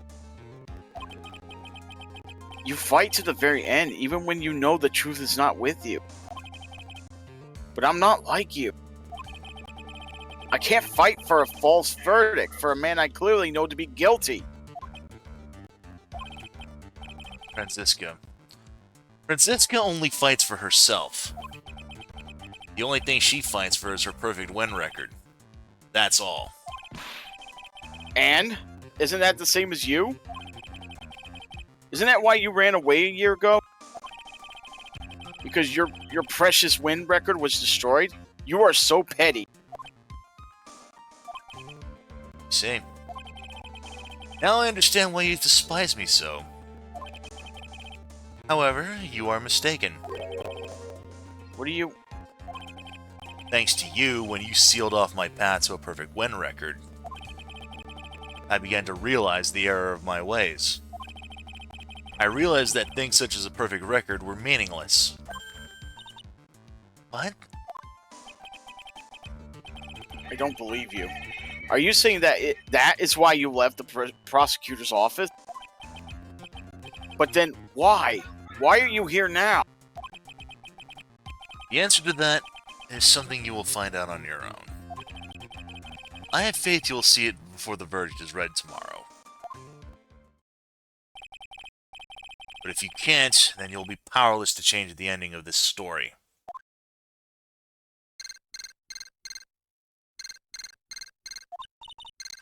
Mr. Nick, the transceiver. I'm sorry for what happened earlier. Now then, Mr. Attorney, do you wager you can obtain an acquittal tomorrow? My, what is the matter, Mr. Attorney? I don't sense your usual anger this time. Tell me, please. Why are you holding Maya hostage for Mr. Engard's sake? Why are you doing this for that cold-blooded killer? Right? Please don't misunderstand things. He is my client. Don't toy with me! A man who hires an assassin is just as much of a killer himself. I believe you were asking me for a reason as to why I am doing what I am. Yeah. This is what I like to call my aftercare. What the heck is aftercare? My name carries a certain amount of honor and dignity, Mr. Attorney. I take great care to ensure that no suspicion falls upon my clients for my handiwork. That is what is called client relations and is part of an assassin's duty. Assassin's duty? We were unlucky this time, and my client was arrested as a suspect. As a result, I did what I had to do to enlist your expert help, Mr. Attorney. And to ensure that you would do everything in your power to the very end. What is your name? I believe I told you once before, however. You did, but... My name is the Killer. Shelly the Killer. You're Shelly the Killer? Please keep in mind, you do not have much space to maneuver with me. As the Killer, I always finish what I set out to do. If you fail to keep up your end of the bargain... Maya! It would be my duty as an assassin to see to it she receives a nice long nap. No! Now then, if you'll excuse me. If someone were to trace this signal back to me, it would be quite troublesome. Oh, the cat. Mystic Maya. Mystic Maya!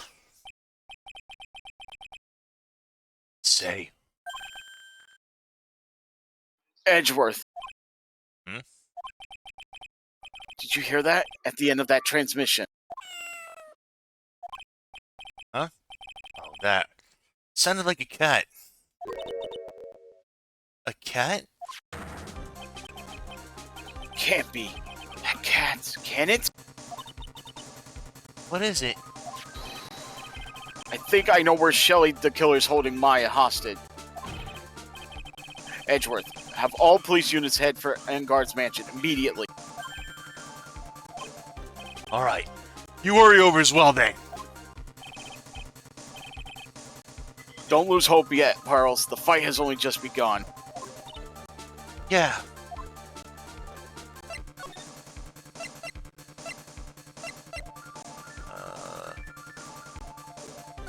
It says Engard's living room. Wait, no. Oh, yeah. You want to go examine the bear? Oh. I was just moving Oh, over. it's it. Yeah. I think that's right. Yeah. Maya! Please answer us, Mystic Maya. We have this area completely surrounded. There's no way for him to escape. Assuming he's still in the area. I can't believe it. That butler, all this time, he was the killer. He and Ungard were working together all this time. I'm sure they'd worked out a contingency plan ahead of time.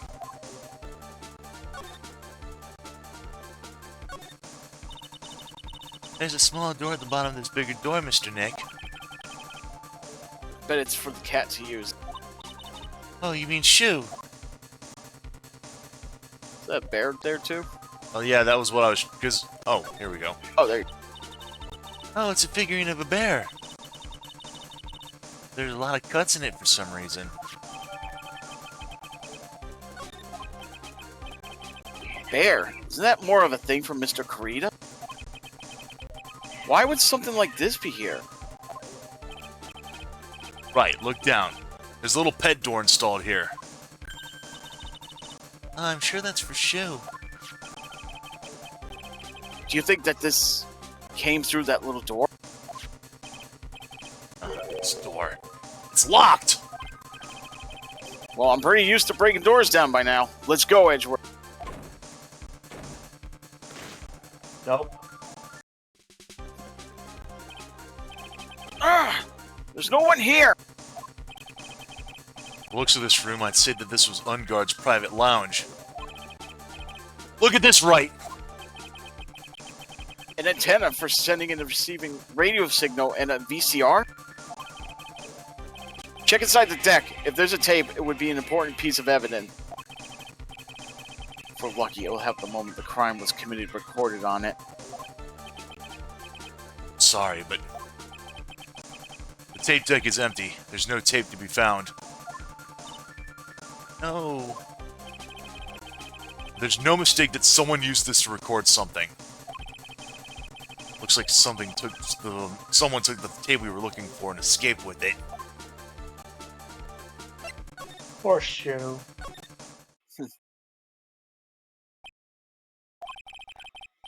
Searched all over, but it looks like he got away. Sorry. Looks like he slipped out of our grasp this time. And now, we've lost our only lead. Don't give up yet. That little girl is looking to you to be her pillar. Yeah, you're right. Close, I can tell. We've already set up checkpoints along every route leading out of this district. Leave the rest to us. Maya.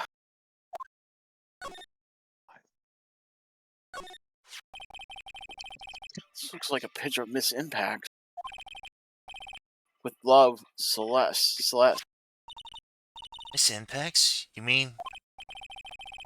Yes, Mr. Kurita's former manager. Why would a picture of Miss Impacts be here in Mr. Unguard's mansion? Why does it say with love? This might be a clue. Also, I was right. What's wrong, Pearls? Please let me see that picture frame. Huh? What's so special about the frame? On the back. There's something written on the back of the frame. Maya. Mystic Maya! She left us a message. What?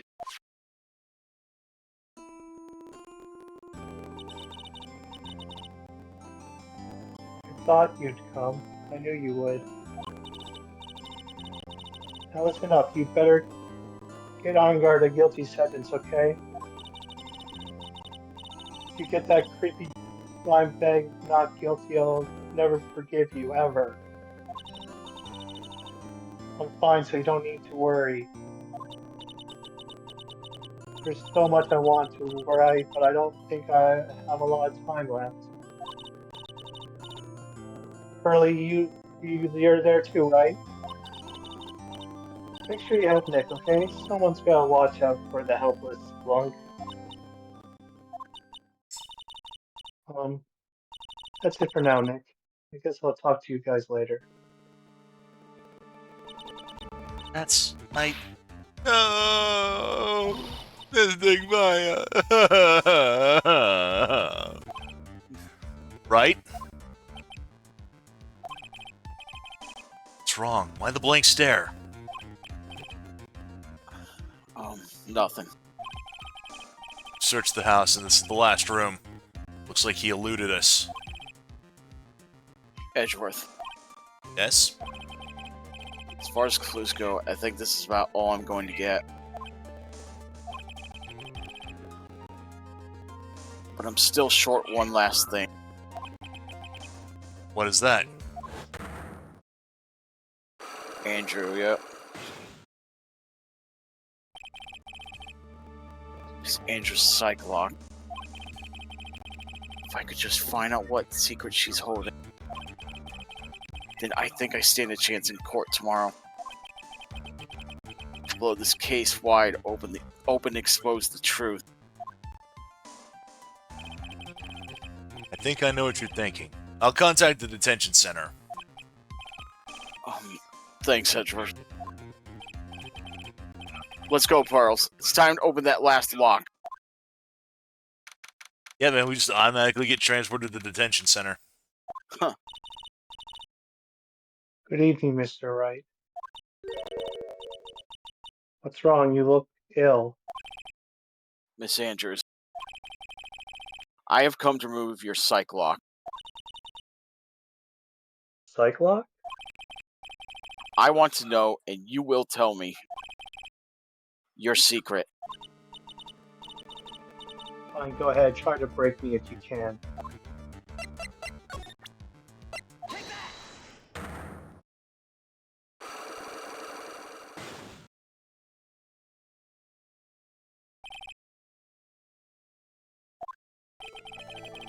Can you please tell me why you framed Mr. Engard for the murder? I already told you countless times. It's because I thought Matt was the killer. No, that's not it. I know you have a personal reason to dislike Mr. Engard. Miss Andrew, you may think I didn't hear it, but I know you said something earlier. You said revenge. So you're saying I was taking my revenge out on Matt and that's a lie? What an absurd idea. I don't have anything I want to take revenge for. Miss Andrews, a woman who lives by being dependent on other people. There is something or someone in her past that would make her take revenge. Celeste, I guess? Celeste? There's only one catalyst that could cause such strong feelings and even revenge. And that is Miss Impact's suicide. What are you trying to say? Celeste was John's manager. And remember what Mr. Powers said about her getting involved with a certain man? Yep. And on top of that, the one who had hit her suicide note was also Leon. What does it all have to do with Matt? You're right. You haven't mentioned him yet. But for you to hate Mr. Engard, it would mean that he must have some relation to Miss Impacts and her suicide. And she heard it from Leon. Care to explain to me what this relation between Celeste and Matt? Celeste's photo. This is a photo of Miss Impacts, correct? She looks younger than when she passed away, though. What? With love, Celeste. This is Miss Impact's handwritten, isn't it? Where did you find this? No, that's all right. It was a rhetorical question. Yeah, it is. I found this at Mr. Engard's mansion. And after all this time, my last remaining secret has been revealed.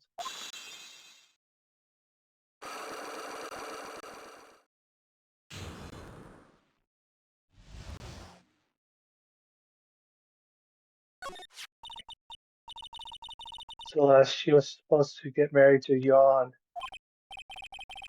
Yes, but I heard that it didn't work out. Because Mr. Kurita didn't want to get married to her anymore, right? Yes, because of Matt. Because of Mr. Ungard? What do you mean? I think I can see where this is going. Celeste, she was Matt's manager a long time ago. She was the happiest woman in the world at the time. I was working part-time back then, and I often saw the two of them together.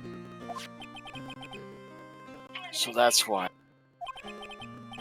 With love, Celeste is written on the frame of that picture. They were a couple. Oh, they were a Oh, couple, that's weren't Pearl. they? Wasn't anything as splendid as that. Celeste was being used, toyed with until she was thrown away. That's so horrible. Matt's entire image is built around how nice and wonderful of a man he is. A scandal would have destroyed that. Which is why Celeste, in her kindness, moved over to Worldwide Studios. And that is where she met Jan. She seemed really happy with him, even happier than when she was with Matt. Celeste and Jan were such a good match that they were even planning to get married. And then it was suddenly called off. On the night Jan called their marriage off, Celeste, she killed herself. That's why I framed Matt. It was revenge for Celeste and for myself. Yeah. I'm sure you can guess why Jan called the wedding off, right? Yeah. It's pronounced Juan, but yeah, I love how we're just kind of just rolling with the yawn joke here. Matt confessed to Juan about his relationship with Celeste. I see. So that's what's happened. But then why did Mr. Kurita have to call off the wedding? I don't understand at all. It was probably because his work was male pride. Juan and Matt were always fierce rivals. Matt waited for the wedding announcement and then unleashed the truth on Jan. He was aiming for it when it would hurt Juan the most. Poor Miss Impacts.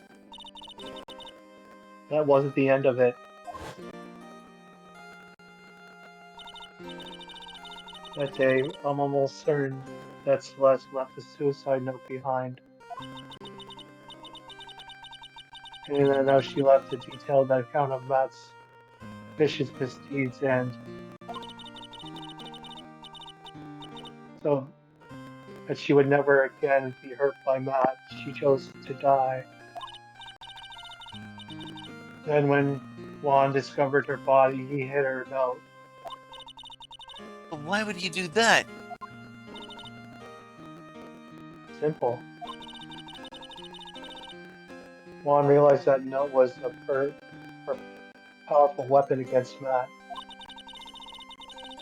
It would be especially damning to his refreshing, like a spring breeze image.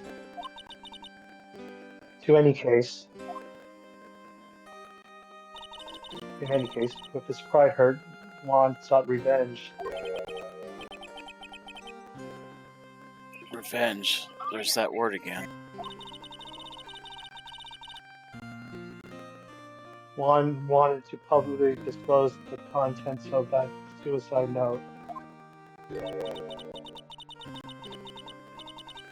At a time that would cause Matt the most damage, of course. but he caught wind of it. That was the press conference after the stage show. Which is why Matt wasn't aware of it. I know all about it because I heard it from Ron. It was so I could find out all about this that I drew close to Juan to begin with.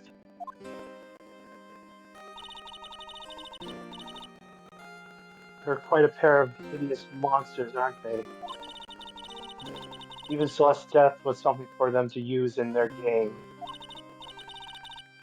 That night when I found Juan's body, it was only natural that I thought the murderer was Matt. Those two were always spying on one another after all. As for me, I was frantically searching for the Celeste suicide note.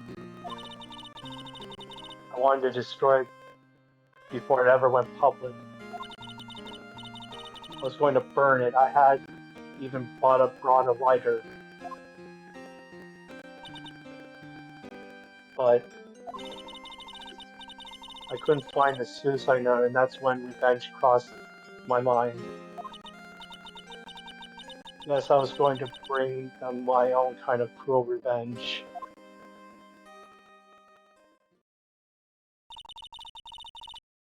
Celeste was killed by those two monsters. So when I stabbed Juan's body with that knife, I didn't feel a single shred of guilt.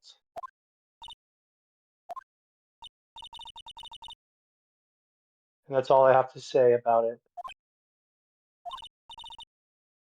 Well, Mr. Wright, even knowing this, are you still going to help that man? I'm a lawyer.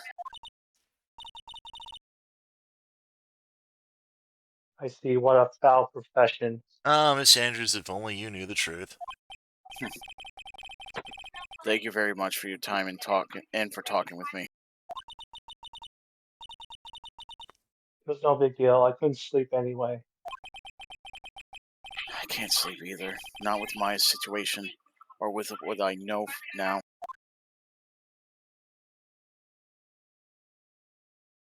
Ooh, we'll continue this, I guess, next week, huh? And yep, next week Yeah. we will be finishing this.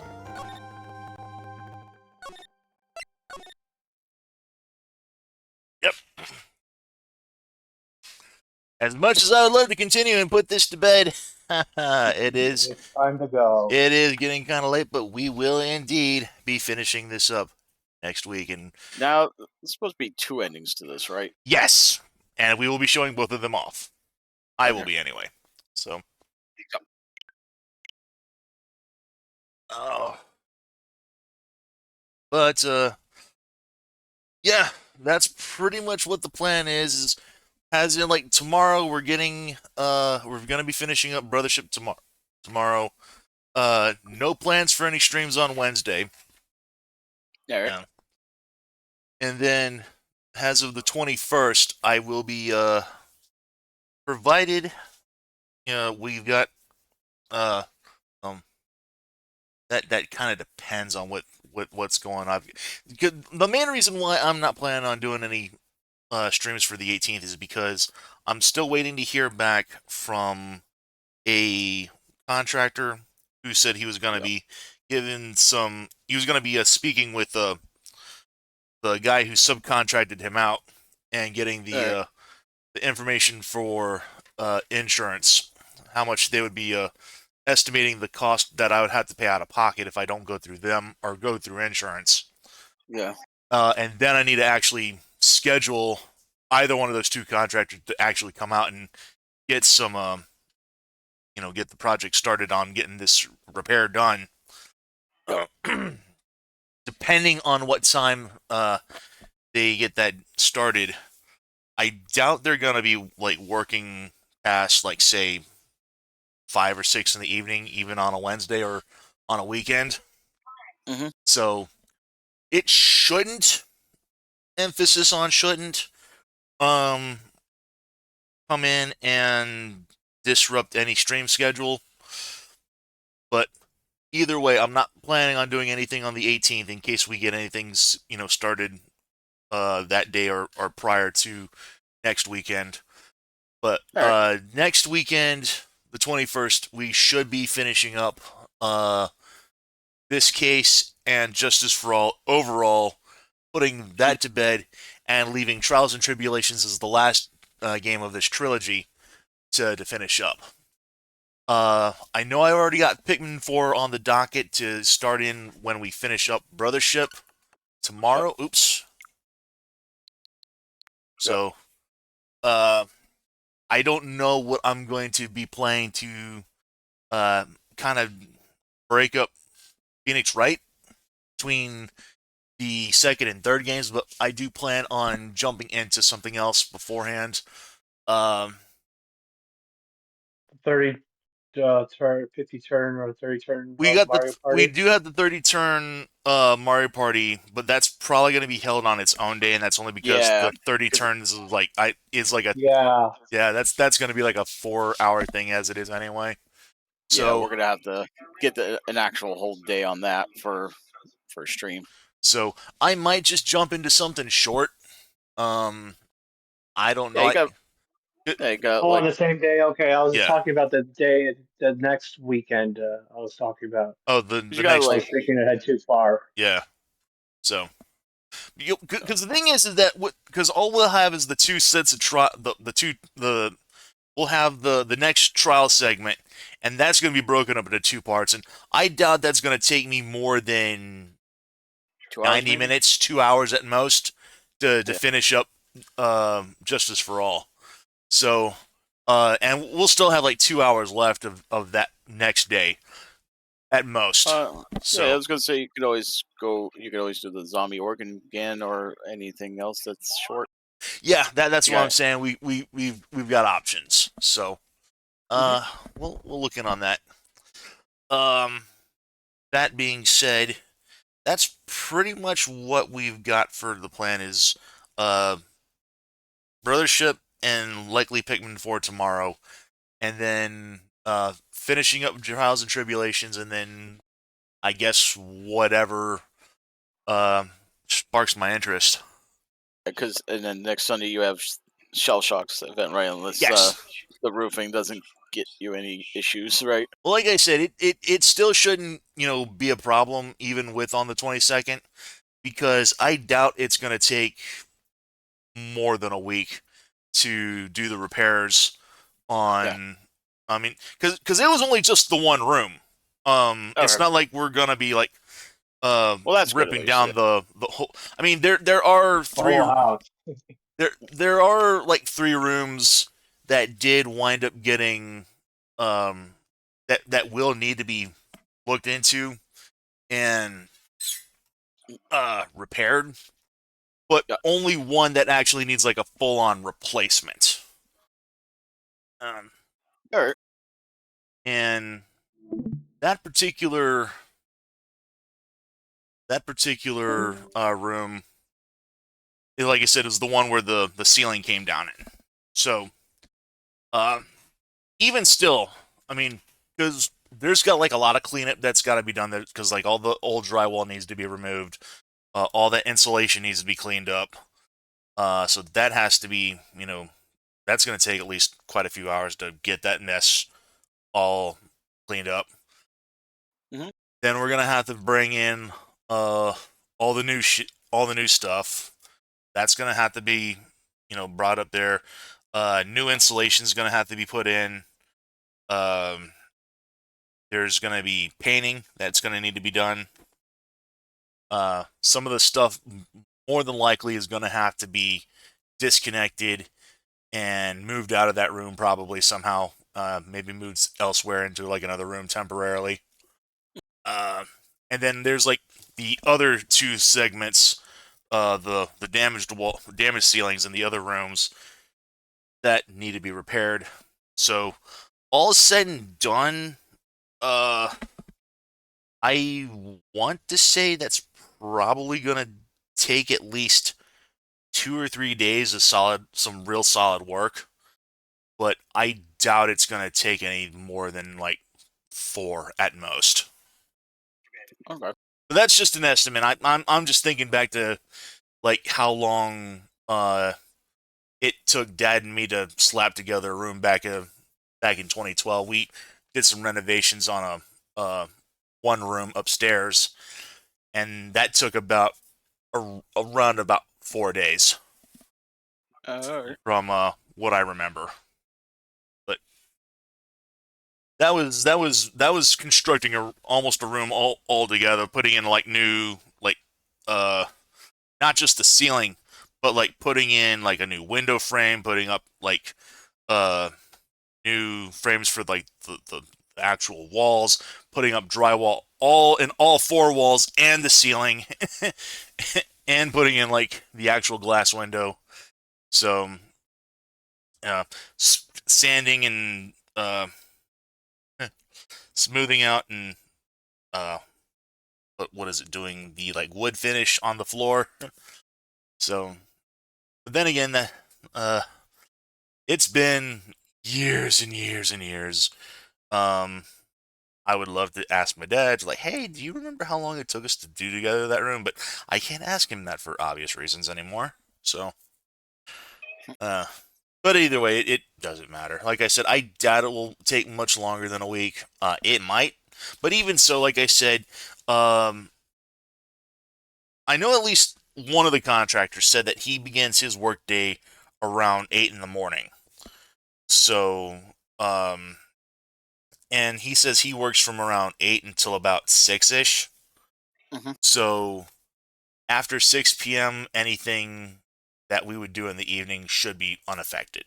So, Okay. depending on what we have for that day.